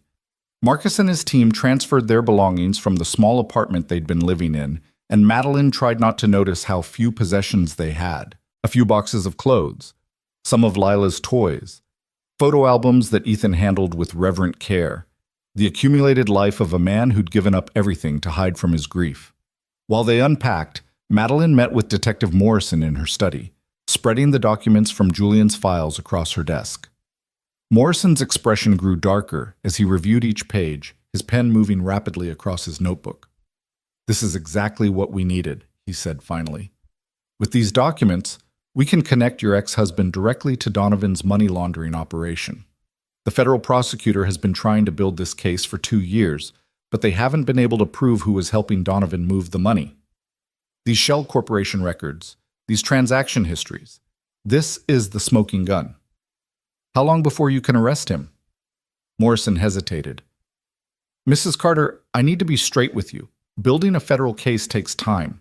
We need to verify these documents, get warrants, conduct interviews. It could be months before we have everything we need for an indictment." "I don't have months. Julian tried to break into my house last night. He knows Sophie is starting to remember. Every day we wait is another day my daughter is in danger." "I understand your concern, but rushing this could jeopardize the entire case. If we move too fast, if Julian's attorneys get the evidence suppressed on technicalities, he walks free, and we can't touch him again. You have to trust the process." Madeline wanted to argue, to demand faster action, but she could see the logic in Morrison's words.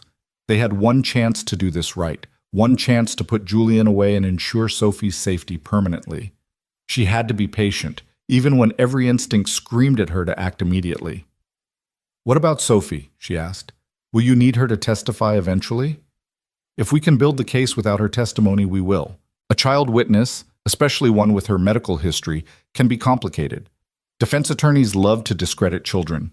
But if we need her, if her eyewitness account is crucial to establishing the timeline and Julian's actions at the scene, then yes, she'll need to be able to tell us what she saw." After Morrison left, Madeline sat alone in her study staring at the photographs of Sophie's drawings. 2 pictures now. 2 glimpses into the nightmare that had stolen her daughter. But there was more, she knew. More that Sophie remembered. More truth waiting to emerge once she felt safe enough to face it. The days fell into a strange new rhythm. Ethan worked with Sophie every morning, gentle exercises designed to rebuild her neural pathways and strengthen her voluntary muscle control. Lila was always present, chattering away, drawing pictures, playing with Mr. Hoppy, creating a sense of normalcy and childhood innocence that Sophie had been denied for too long. And slowly, incrementally, Sophie began to respond. On the 3rd day, she moved her hand deliberately to touch one of Lila's drawings. On the 5th day, she turned her head to follow Lila's movements across the room. On the 7th day, she picked up a colored pencil without prompting and added a single line to the sketch pad. Just a line, nothing recognizable, but it was voluntary. It was communication. Madeline documented everything, taking photos, keeping detailed notes, building a timeline of progress that felt both miraculous and agonizingly slow. Every small victory was undercut by the knowledge that Julian was still out there, still free, still dangerous. She increased security again, installed panic buttons in every room, hired additional guards. The estate began to feel less like a home and more like a fortress under siege. Julian made his move on the 9th day. His lawyers filed an emergency motion demanding immediate restoration of his custody rights, claiming that Madeline was keeping Sophie from him illegally, that she was subjecting their daughter to unproven treatments from an unlicensed practitioner, that she was alienating Sophie from her father. The motion included sworn statements from psychiatrists Julian had hired, experts who testified that removing a child from a parent was more traumatic than any accident, that Madeline's behavior suggested mental instability and paranoia. The hearing was scheduled for the following week. Madeline's attorneys assured her they could fight it, could present evidence of Julian's behavior, but they also warned her that family court judges tended to favor parental rights. Unless she could prove Julian was an immediate danger to Sophie, the judge would likely order at least supervised visitation. "I can't let him near her," Madeline said to Ethan that night after the girls were in bed.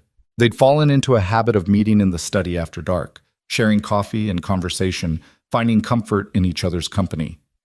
If he gets her alone, even with supervision, he could say something to her, could threaten her, could make her retreat so far inside herself we'll never reach her again. Then we make sure that doesn't happen. We show the judge Sophie's progress.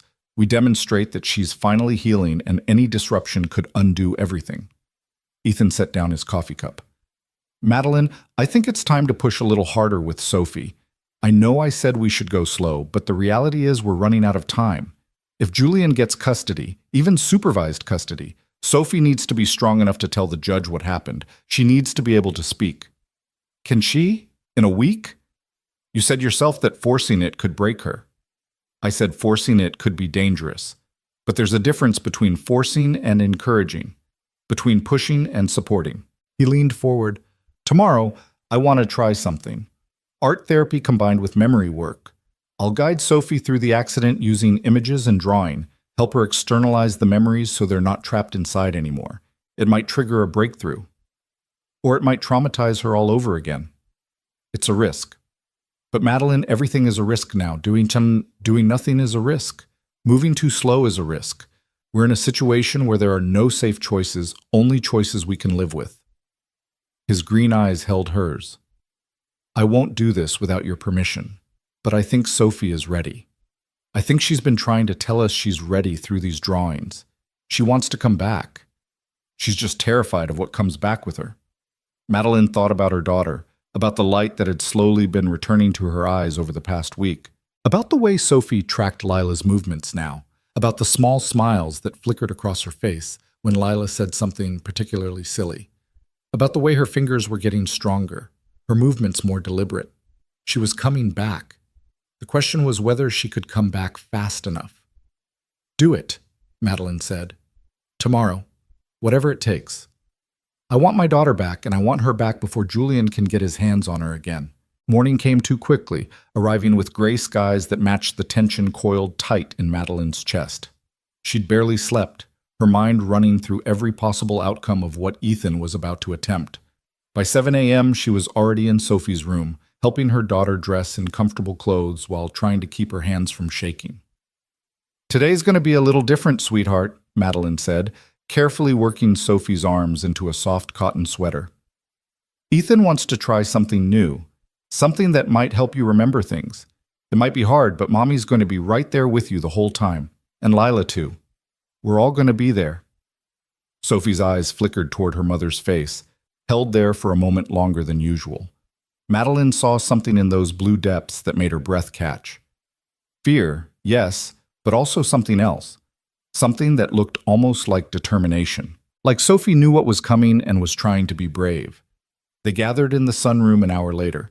Ethan had transformed the space overnight, removing most of the furniture and covering the floor with large sheets of paper taped together to create a massive canvas. Art supplies were arranged along the edges. Paints, markers, colored pencils, charcoal. It looked less like a therapy session and more like an art studio designed for children. Lila bounced in wearing paint-splattered overalls, clearly excited about the prospect of making a mess. Daddy said we're going to make the biggest picture ever. He said Sophie can paint whatever she wants, and it's okay if it gets messy. Sophie sat in her wheelchair at the edge of all that blank white paper, her body rigid with tension. Madeline positioned herself nearby, close enough to intervene if necessary, while Marcus stood discreetly in the doorway. They'd agreed he should be present in case Sophie's memories triggered a panic response. Ethan knelt on the paper in front of both girls, his expression calm and confident despite the enormity of what he was attempting. Good morning, Sophie. Good morning, Lila. Thank you both for being here. Today we're going to do something called memory painting. It's a way to take things that are stuck in our heads and put them outside where we can look at them safely. Sophie, I'm going to ask you some questions, and I want you to answer them however you can. You can draw, you can point, you can use colors to show me what you're feeling. There's no wrong way to do this, okay? Sophie's fingers tightened on the wheelchair's armrests, but she didn't retreat into her usual vacant stare. She was present, aware, terrified, but here. Leela, you're going to help Sophie by drawing too. Sometimes it's easier to show hard things when someone else is being brave with you. Ethan handed his daughter a piece of charcoal. I want you both to start by drawing how you feel right now. Not pictures of things, just colors and shapes that match your feelings. Can you do that? Lila immediately began making broad strokes on the paper, swirling purple and blue together in patterns that reminded Madeline of waves. She worked with the unselfconscious abandon of a child who'd never learned to be afraid of self-expression. Sophie watched for a long moment, then slowly, trembling, reached for a black marker. Ethan moved her wheelchair closer to the paper, helping position her so she could reach comfortably. Then they all waited, holding their breath as Sophie's hand hovered over the white surface. The first mark was tentative, a small dark circle. Then another. Then more, faster now, black dots spreading across the paper like a disease.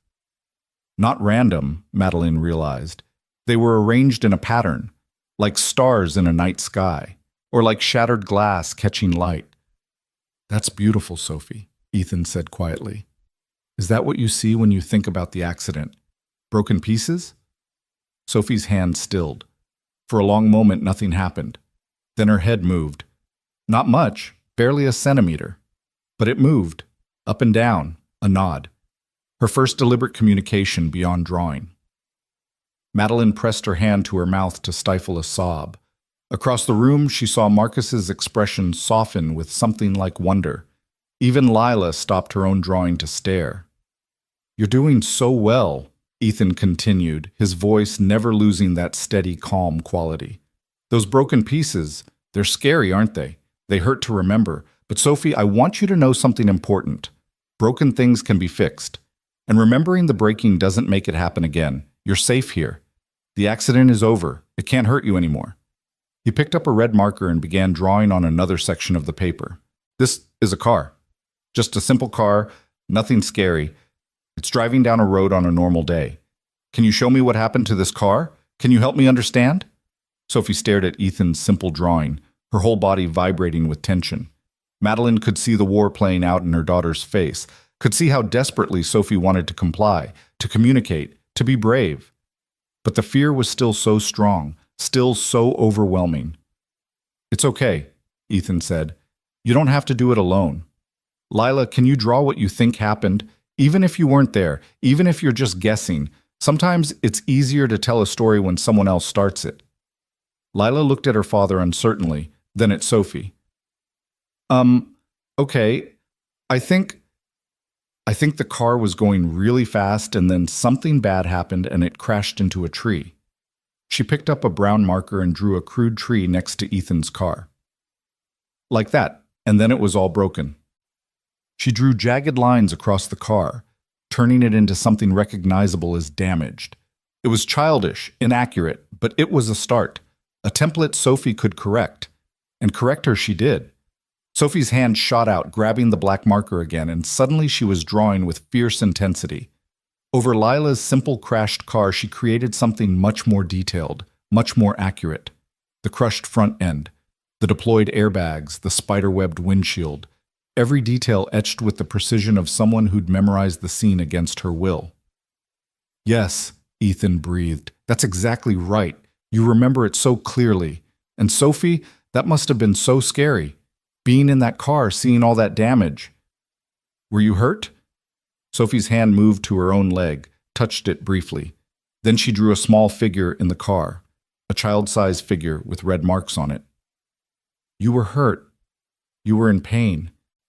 Ethan's voice was gentle, but he kept pushing, kept guiding her through the memory. What happened next, after the crash, when the car stopped moving? What did you see? Sophie's marker hovered over the paper. Madeline could see her daughter's chest heaving now, her breathing coming faster. This was the moment. This was the memory that had locked her away. You're safe, Ethan repeated. Whatever you saw, it can't hurt you now. Show me, Sophie. Help me understand. The marker touched paper. Sophie began drawing the stick figure from her earlier pictures, but this time with more detail. An adult man standing beside the wrecked car. On the ground beside him, she drew scattered rectangles. Papers, Madeline realized. Documents spread around the wreckage. And in the man's hand, a phone. Someone was there, Ethan said. Someone who should have been helping you. But they weren't helping, were they? What were they doing instead? Sophie drew more papers. Drew the stick figure, bending down, gathering them. Drew the figure putting them into something, maybe a bag or briefcase. And in the corner of the scene, she drew the small figure again. The child, watching from inside the broken car. You saw someone taking papers, taking them when they should have been taking care of you. Ethan's voice remained steady, but Madeline could hear the anger underneath, carefully controlled. Sophie, this is the hardest question. I know you're scared to answer it, but you need to be brave one more time. Who was it? Who was the person taking the papers? Sophie's whole body was shaking now. The marker fell from her hand and rolled across the paper, leaving a trail of black. She made a sound, the first vocalization Madeline had heard from her in 14 months. It was barely human, more like a wounded animal, a keening whimper of pure distress. Sophie, baby, it's okay, Madeline said, starting to move toward her, but Ethan held up a hand, stopping her. She needs to finish, he said quietly. Sophie, you're almost there. You're so brave. Just show me one more thing. Who was it? Sophie's hand reached out, trembling violently, and picked up a different marker, blue. She drew something next to the stick figure. At first, Madeline couldn't make sense of it. Then she understood. It was a tie. A blue tie with small dots on it, Julian's tie. The one he'd worn that night. The one the hospital had given back to Madeline with his other personal effects. The one that had been stained with blood and dirt. Your father, Ethan said softly. It was your father who took the papers. Your father who chose documents over calling for help. Your father who let you lie there in pain while he covered his tracks. Sophie's head jerked in a nod, and then the dam broke. The sound that came out of her was inhuman, a scream of anguish and betrayal that had been building for 14 months. She thrashed in her wheelchair, her newly awakened muscles responding to commands, her arms flailing, her body convulsing with the force of finally releasing the terrible truth she'd been carrying alone. Madeline was there in an instant, pulling Sophie from the wheelchair, holding her daughter as she screamed and sobbed and shook. Ethan moved back, giving them space, but his face was grim with satisfaction. They'd done it. They'd broken through the wall that had kept Sophie prisoner. I've got you, Madeline whispered, rocking her daughter back and forth. I've got you, baby. It's okay. It's over. You're safe now. He can't hurt you anymore.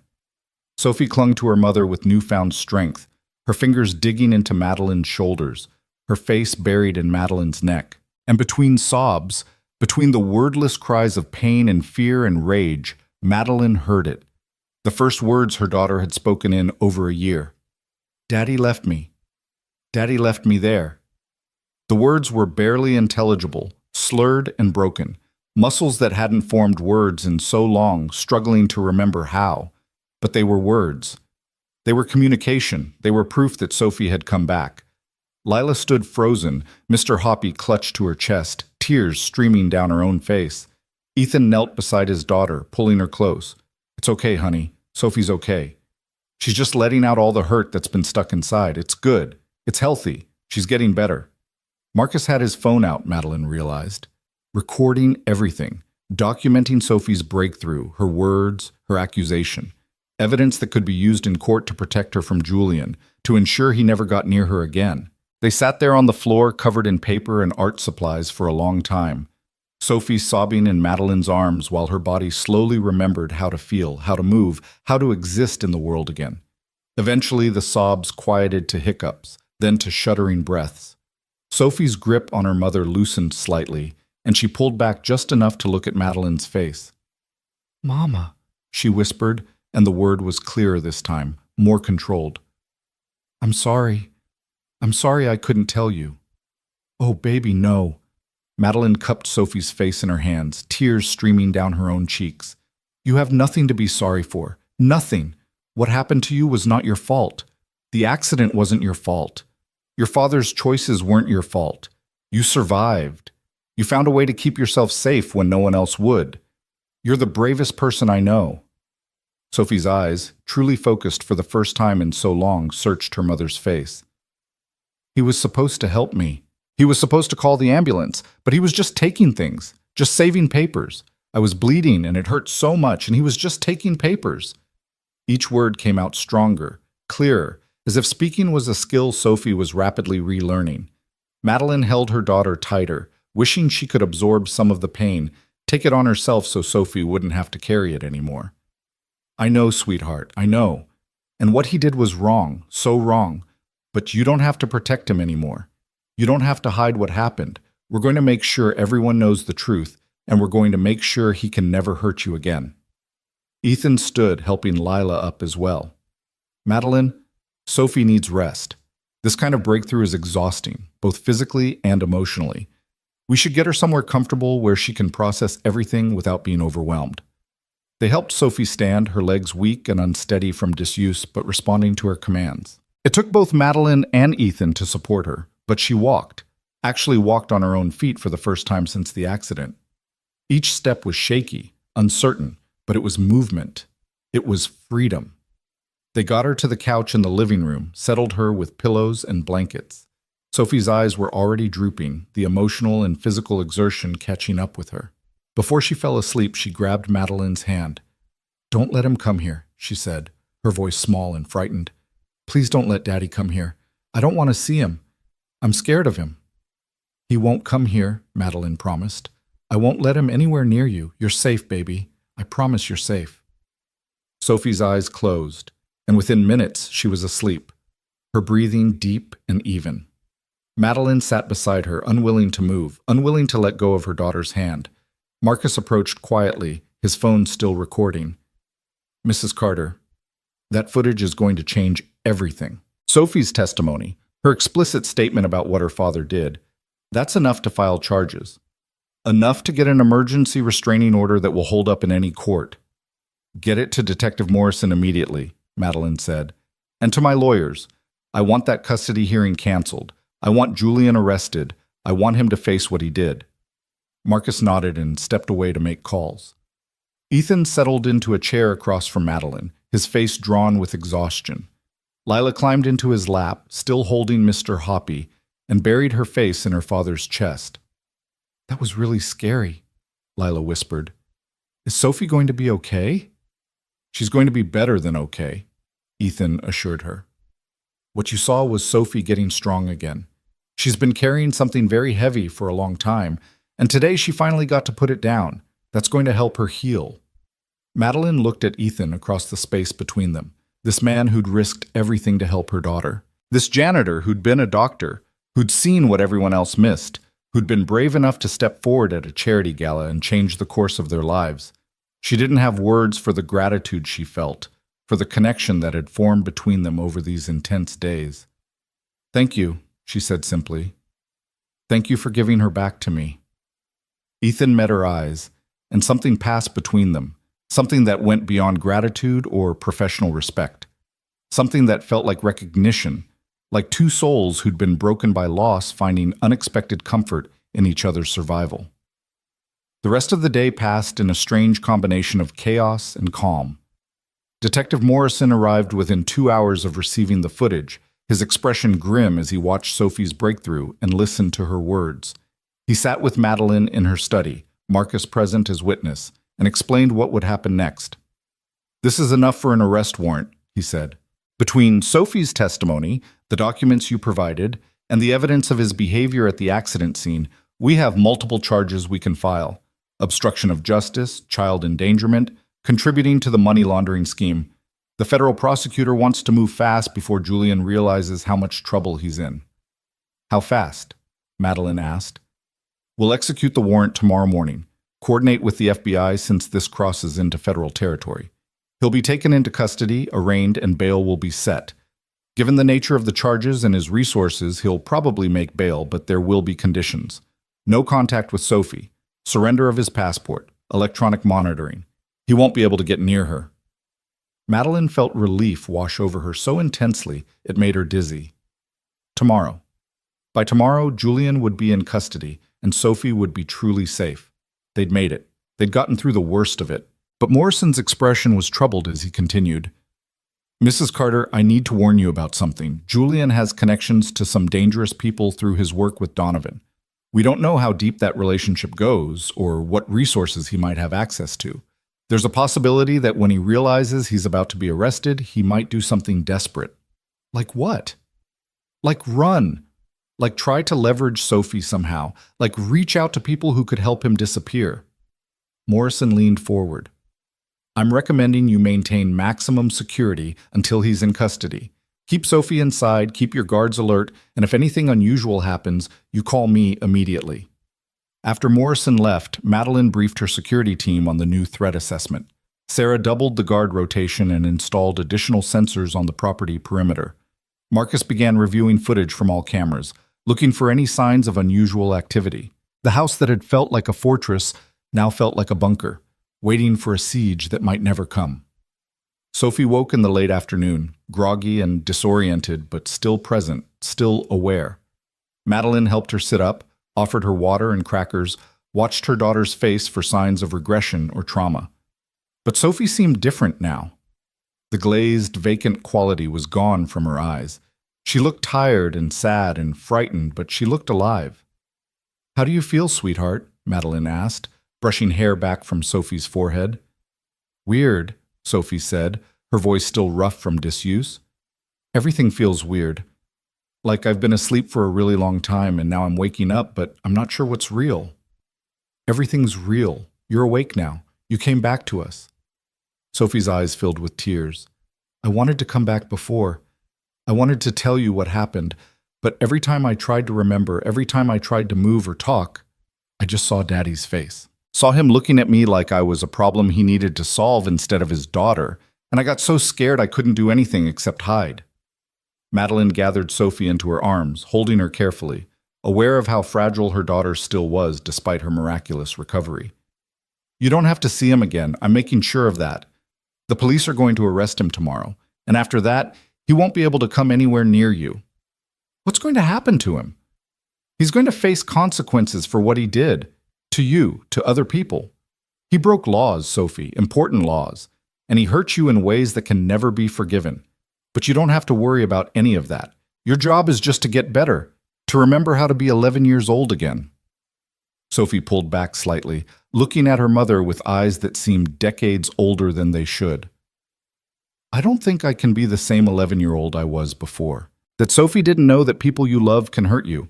That Sophie thought daddies always keep their daughters safe. I know different now." The words broke Madeline's heart because they were true. Her daughter had been forced to learn truths no child should ever have to face.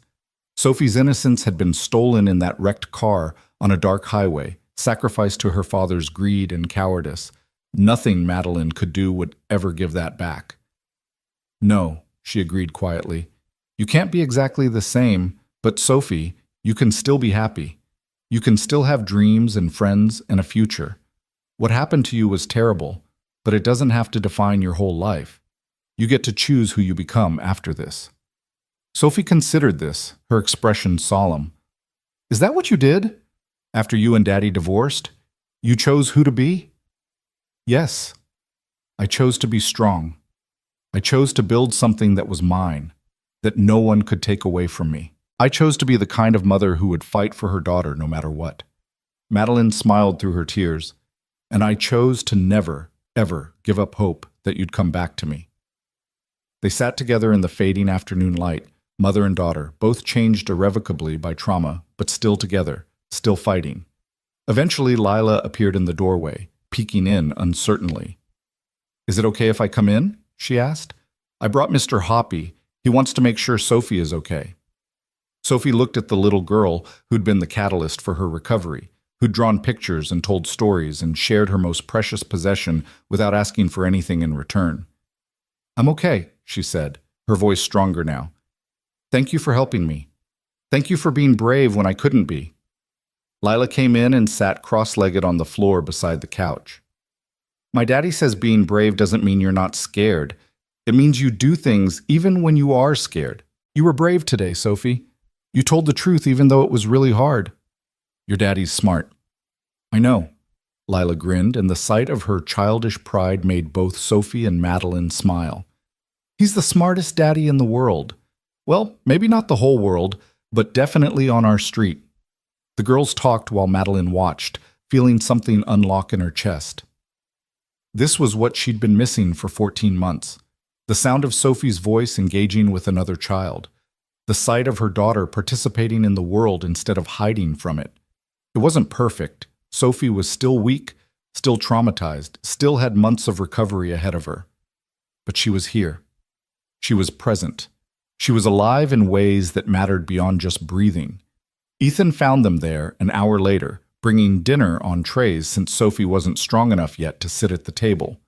They ate together in the living room, an impromptu family united by trauma and healing. Ethan told funny stories about his medical school days, carefully avoiding anything that might remind Sophie of hospitals or illness. Lila demonstrated her ability to balance a spoon on her nose, which made Sophie laugh, the sound rusty but genuine.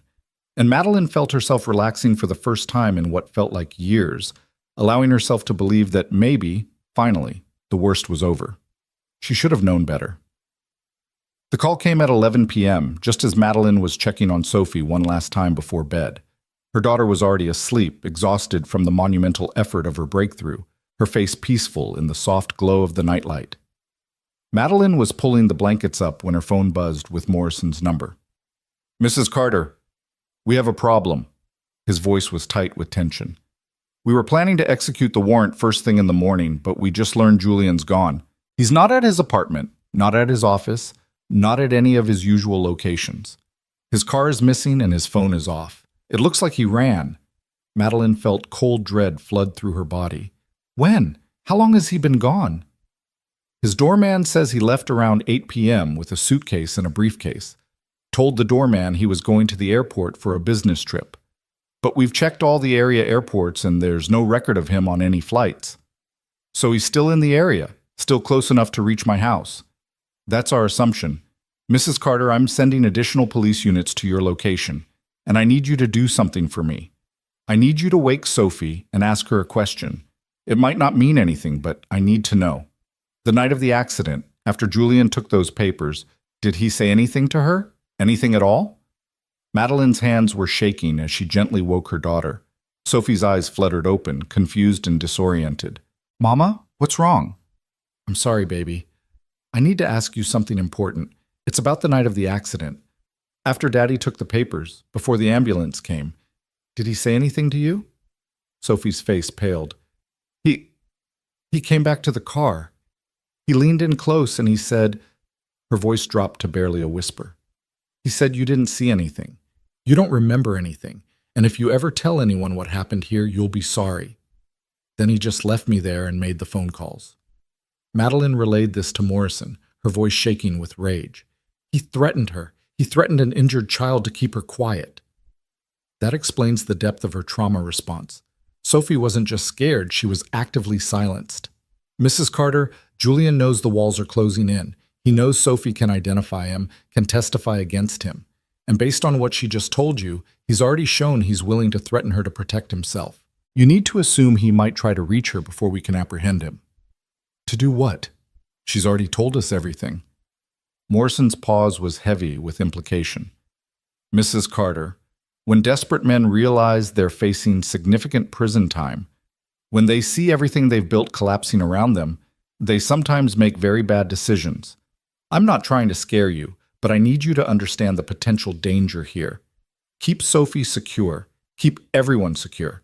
We're doing everything we can to locate Julian, but until we have him in custody, you should consider yourself under active threat. After hanging up, Madeline stood in Sophie's room feeling like she couldn't breathe. They'd been so close. One more day and Julian would have been arrested, processed, contained. But he'd figured it out somehow, had realized the net was closing and had run. And now he was out there somewhere, desperate and dangerous, and knowing exactly where to find his daughter. She called Marcus, gave him the update, then went to find Ethan. He was in the guest room tucking Lila into bed, singing her some soft lullaby. When he saw Madeline's face, he kissed his daughter's forehead and stepped into the hallway, pulling the door partially closed. What happened? Julian ran. He's missing, possibly somewhere nearby, and Morrison thinks he might try to get to Sophie. The words tumbled out fast, desperate. I don't know what to do. I thought we were safe. I thought this was over. Ethan pulled her into his arms, and Madeline let herself collapse against him for just a moment, drawing strength from his solid presence. It's going to be okay, he said quietly. You have an entire security team.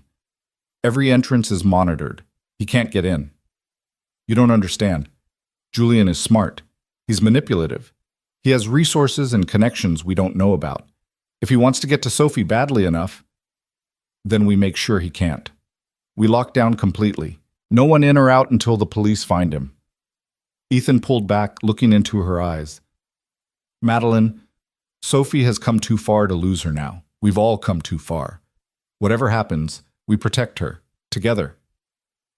They spent the rest of the night in a state of high alert, taking shifts watching the security monitors while Marcus coordinated with the police units positioned around the property.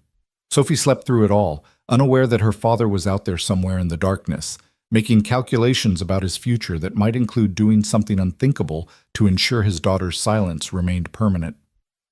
Dawn came gray and cold, and with it came news.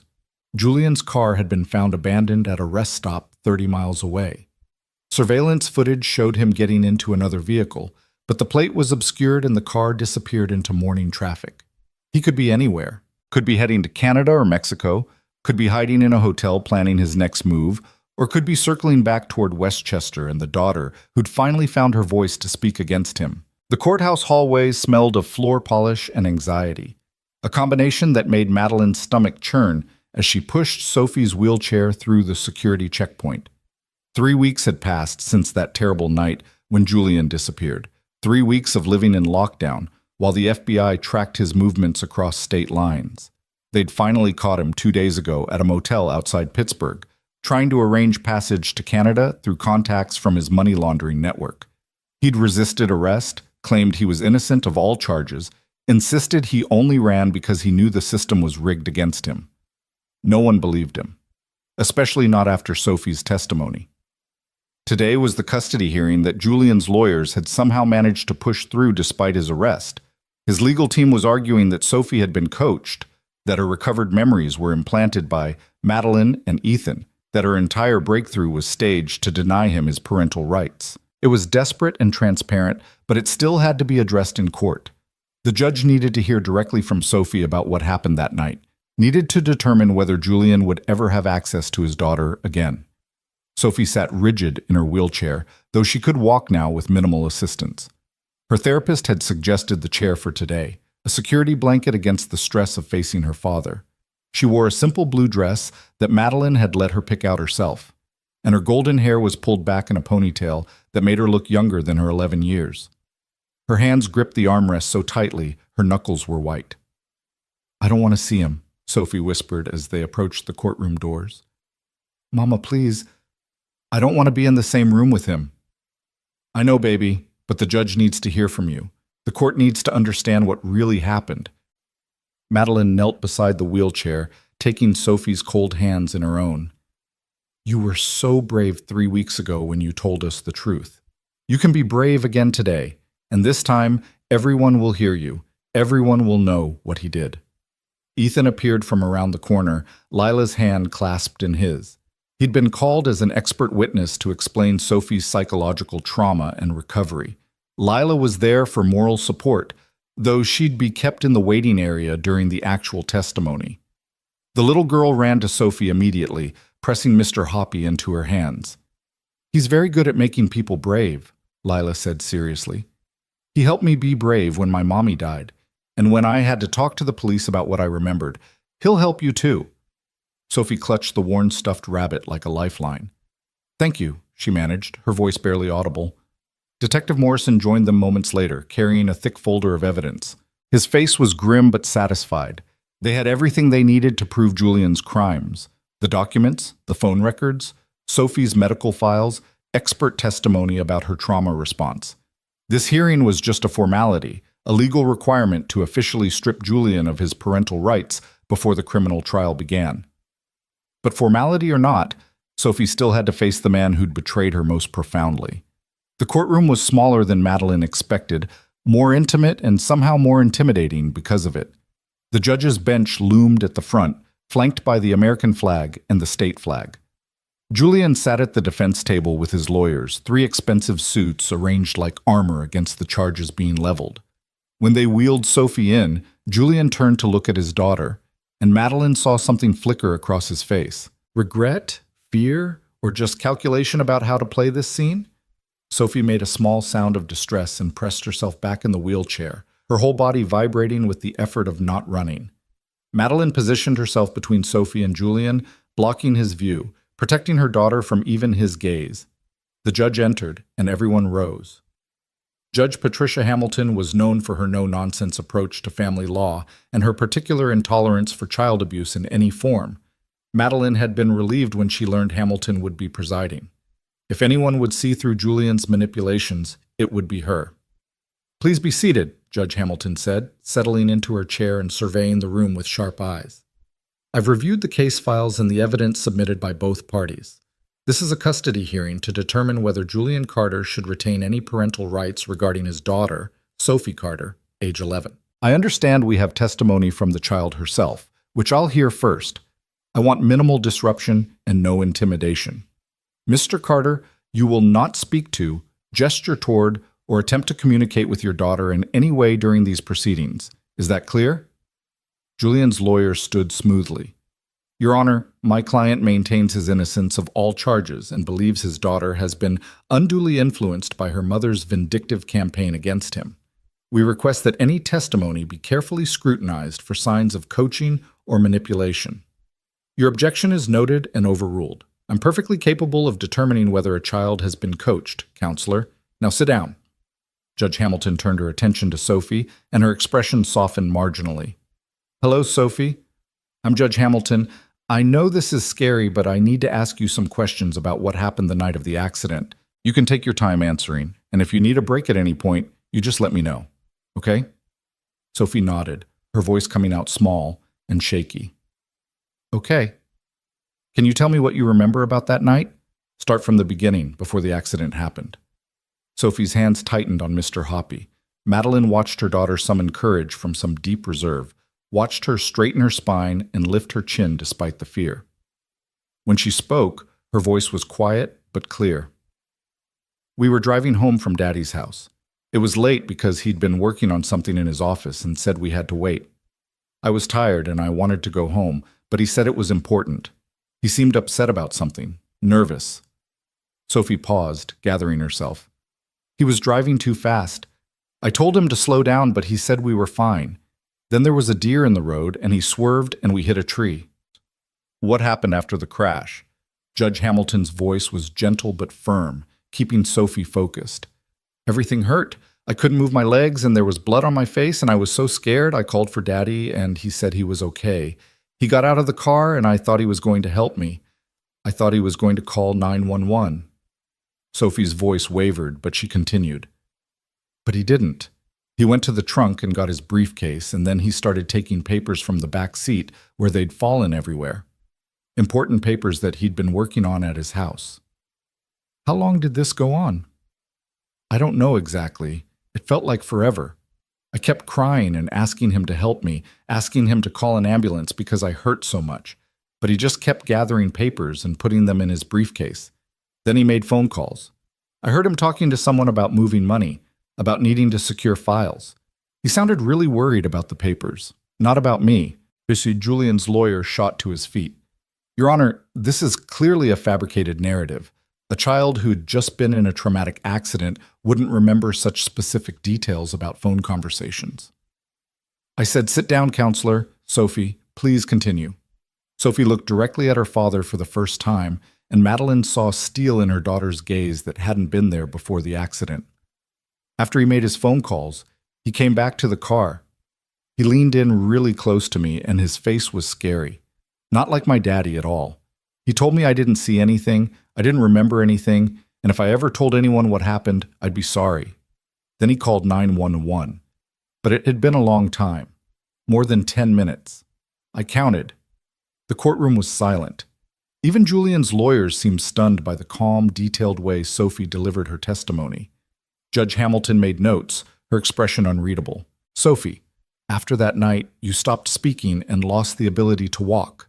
Can you explain what happened?" This was the harder part, and Sophie's voice shook as she answered. "I was so scared of what Daddy said, so scared he'd hurt me if I told, but also I couldn't understand how he could do that, how he could choose papers over helping me. He was supposed to be my daddy. Daddies are supposed to keep you safe. And he just left me there in pain because papers were more important." Tears rolled down Sophie's cheeks now. So I couldn't talk about it.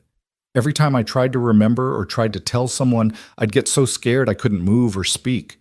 It was like my body just shut down to keep me safe from the truth. "And what changed?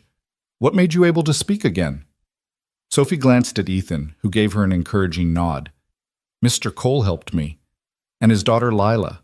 They showed me it was safe to remember, that the truth couldn't hurt me worse than hiding from it. They helped me understand that what Daddy did wasn't my fault, and I didn't have to protect him anymore." Judge Hamilton turned her attention to Ethan. "Dr. Cole, I'd like to hear your professional opinion about Sophie's condition and recovery." Ethan stood and approached the witness stand with quiet confidence. Over the next 20 minutes, he explained conversion disorder, the psychological mechanisms that could cause complete paralysis in the absence of physical damage, and the specific trauma response Sophie had exhibited. He described the therapeutic approach he'd used, the gradual breakthrough, the moment when Sophie had finally been able to externalize her memories through art and then through words. "In my professional opinion," Ethan concluded, "Sophie's paralysis was a direct result of the psychological trauma she experienced from her father's betrayal and threats. She witnessed someone she trusted implicitly prioritize his own interests over her well-being in a moment of extreme vulnerability. For a child, that kind of betrayal is catastrophic. It fundamentally breaks their sense of safety in the world. Sophie's mind protected her the only way it knew how, by shutting down completely until she was in an environment secure enough for her to begin processing what happened." Julian's lawyer cross-examined aggressively, trying to paint Ethan as a disgraced doctor who'd abandoned his practice, questioning his methods and his motives. But Ethan remained calm, answering each question with professional precision, never losing his composure even when the lawyer implied he'd manipulated Sophie for personal gain or to pursue a relationship with Madeline. "My only interest," Ethan said firmly, "was helping a traumatized child recover from unimaginable psychological damage. Everything I did was guided by established therapeutic principles and Sophie's own pace of healing. She was never pushed, never coached, never told what to remember or say. She simply reached a point where she felt safe enough to tell the truth she'd been carrying alone for 14 months. When it was Julian's turn to testify, he presented a carefully crafted narrative of innocence and victimization. Yes, he'd taken the papers from the car, but only because they were sensitive client documents that couldn't be left at an accident scene. Yes, he'd made phone calls before calling 911, but only because he was in shock and not thinking clearly. Yes, he'd spoken to Sophie, but only to tell her everything would be okay, that help was coming. He claimed Sophie had misunderstood his words through the lens of her trauma, that Madeline had poisoned their daughter against him, that this entire case was a vindictive ex-wife trying to destroy him. "I love my daughter," Julian said, looking directly at the judge with tears in his eyes that Madeline knew were calculated for maximum effect. "Everything I've done has been to protect her and provide for her. I made mistakes that night, yes. I was in shock from the accident and I didn't handle things perfectly, but I never threatened her. I never chose papers over her safety, and I certainly never intended for her to suffer the way she has. If she's been traumatized, it's because of the alienation campaign her mother has waged against me, not because of anything I did. It was a masterful performance. Madeline could see some of the court staff looking uncertain, could see Julian's lawyers nodding approvingly. But when she looked at Judge Hamilton, she saw no such uncertainty. The judge's expression remained neutral, but her eyes were sharp, analytical, seeing through the performance to the calculating man beneath. Detective Morrison testified next, presenting the evidence of Julian's involvement in the money laundering scheme. The phone record showing he'd called his financial advisor and attorney before emergency services. The timeline that proved Sophie had been left in the wrecked car for at least 12 minutes while Julian secured his documents. He produced the papers Madeline had found in storage, documents that proved Julian had been actively helping James Donovan hide millions in illegal funds. "These are the papers Mr. Carter prioritized over his daughter's welfare," Morrison said, holding up the files. "Papers that could send him to federal prison for 20 years. Papers that were more important to him than calling for help when his 11-year-old daughter was bleeding and terrified in a demolished vehicle." But Julian's lawyer objected repeatedly, claiming the documents were obtained illegally, that they were taken out of context, that they proved nothing about Julian's actions that night. But the judge allowed them into evidence, noting they'd already been reviewed and approved by the federal prosecutor building the criminal case. The hearing stretched through the morning and into the afternoon. Witness after witness testified. The paramedics who'd responded to the scene and noted the suspicious delay in the call, Sophie's doctors who confirmed there was no physical reason for her paralysis, child psychologists who explained the long-term damage of parental betrayal. Each piece of testimony built a picture that was damning in its completeness. Finally, as afternoon shadows lengthened across the courtroom floor, Judge Hamilton called for final statements.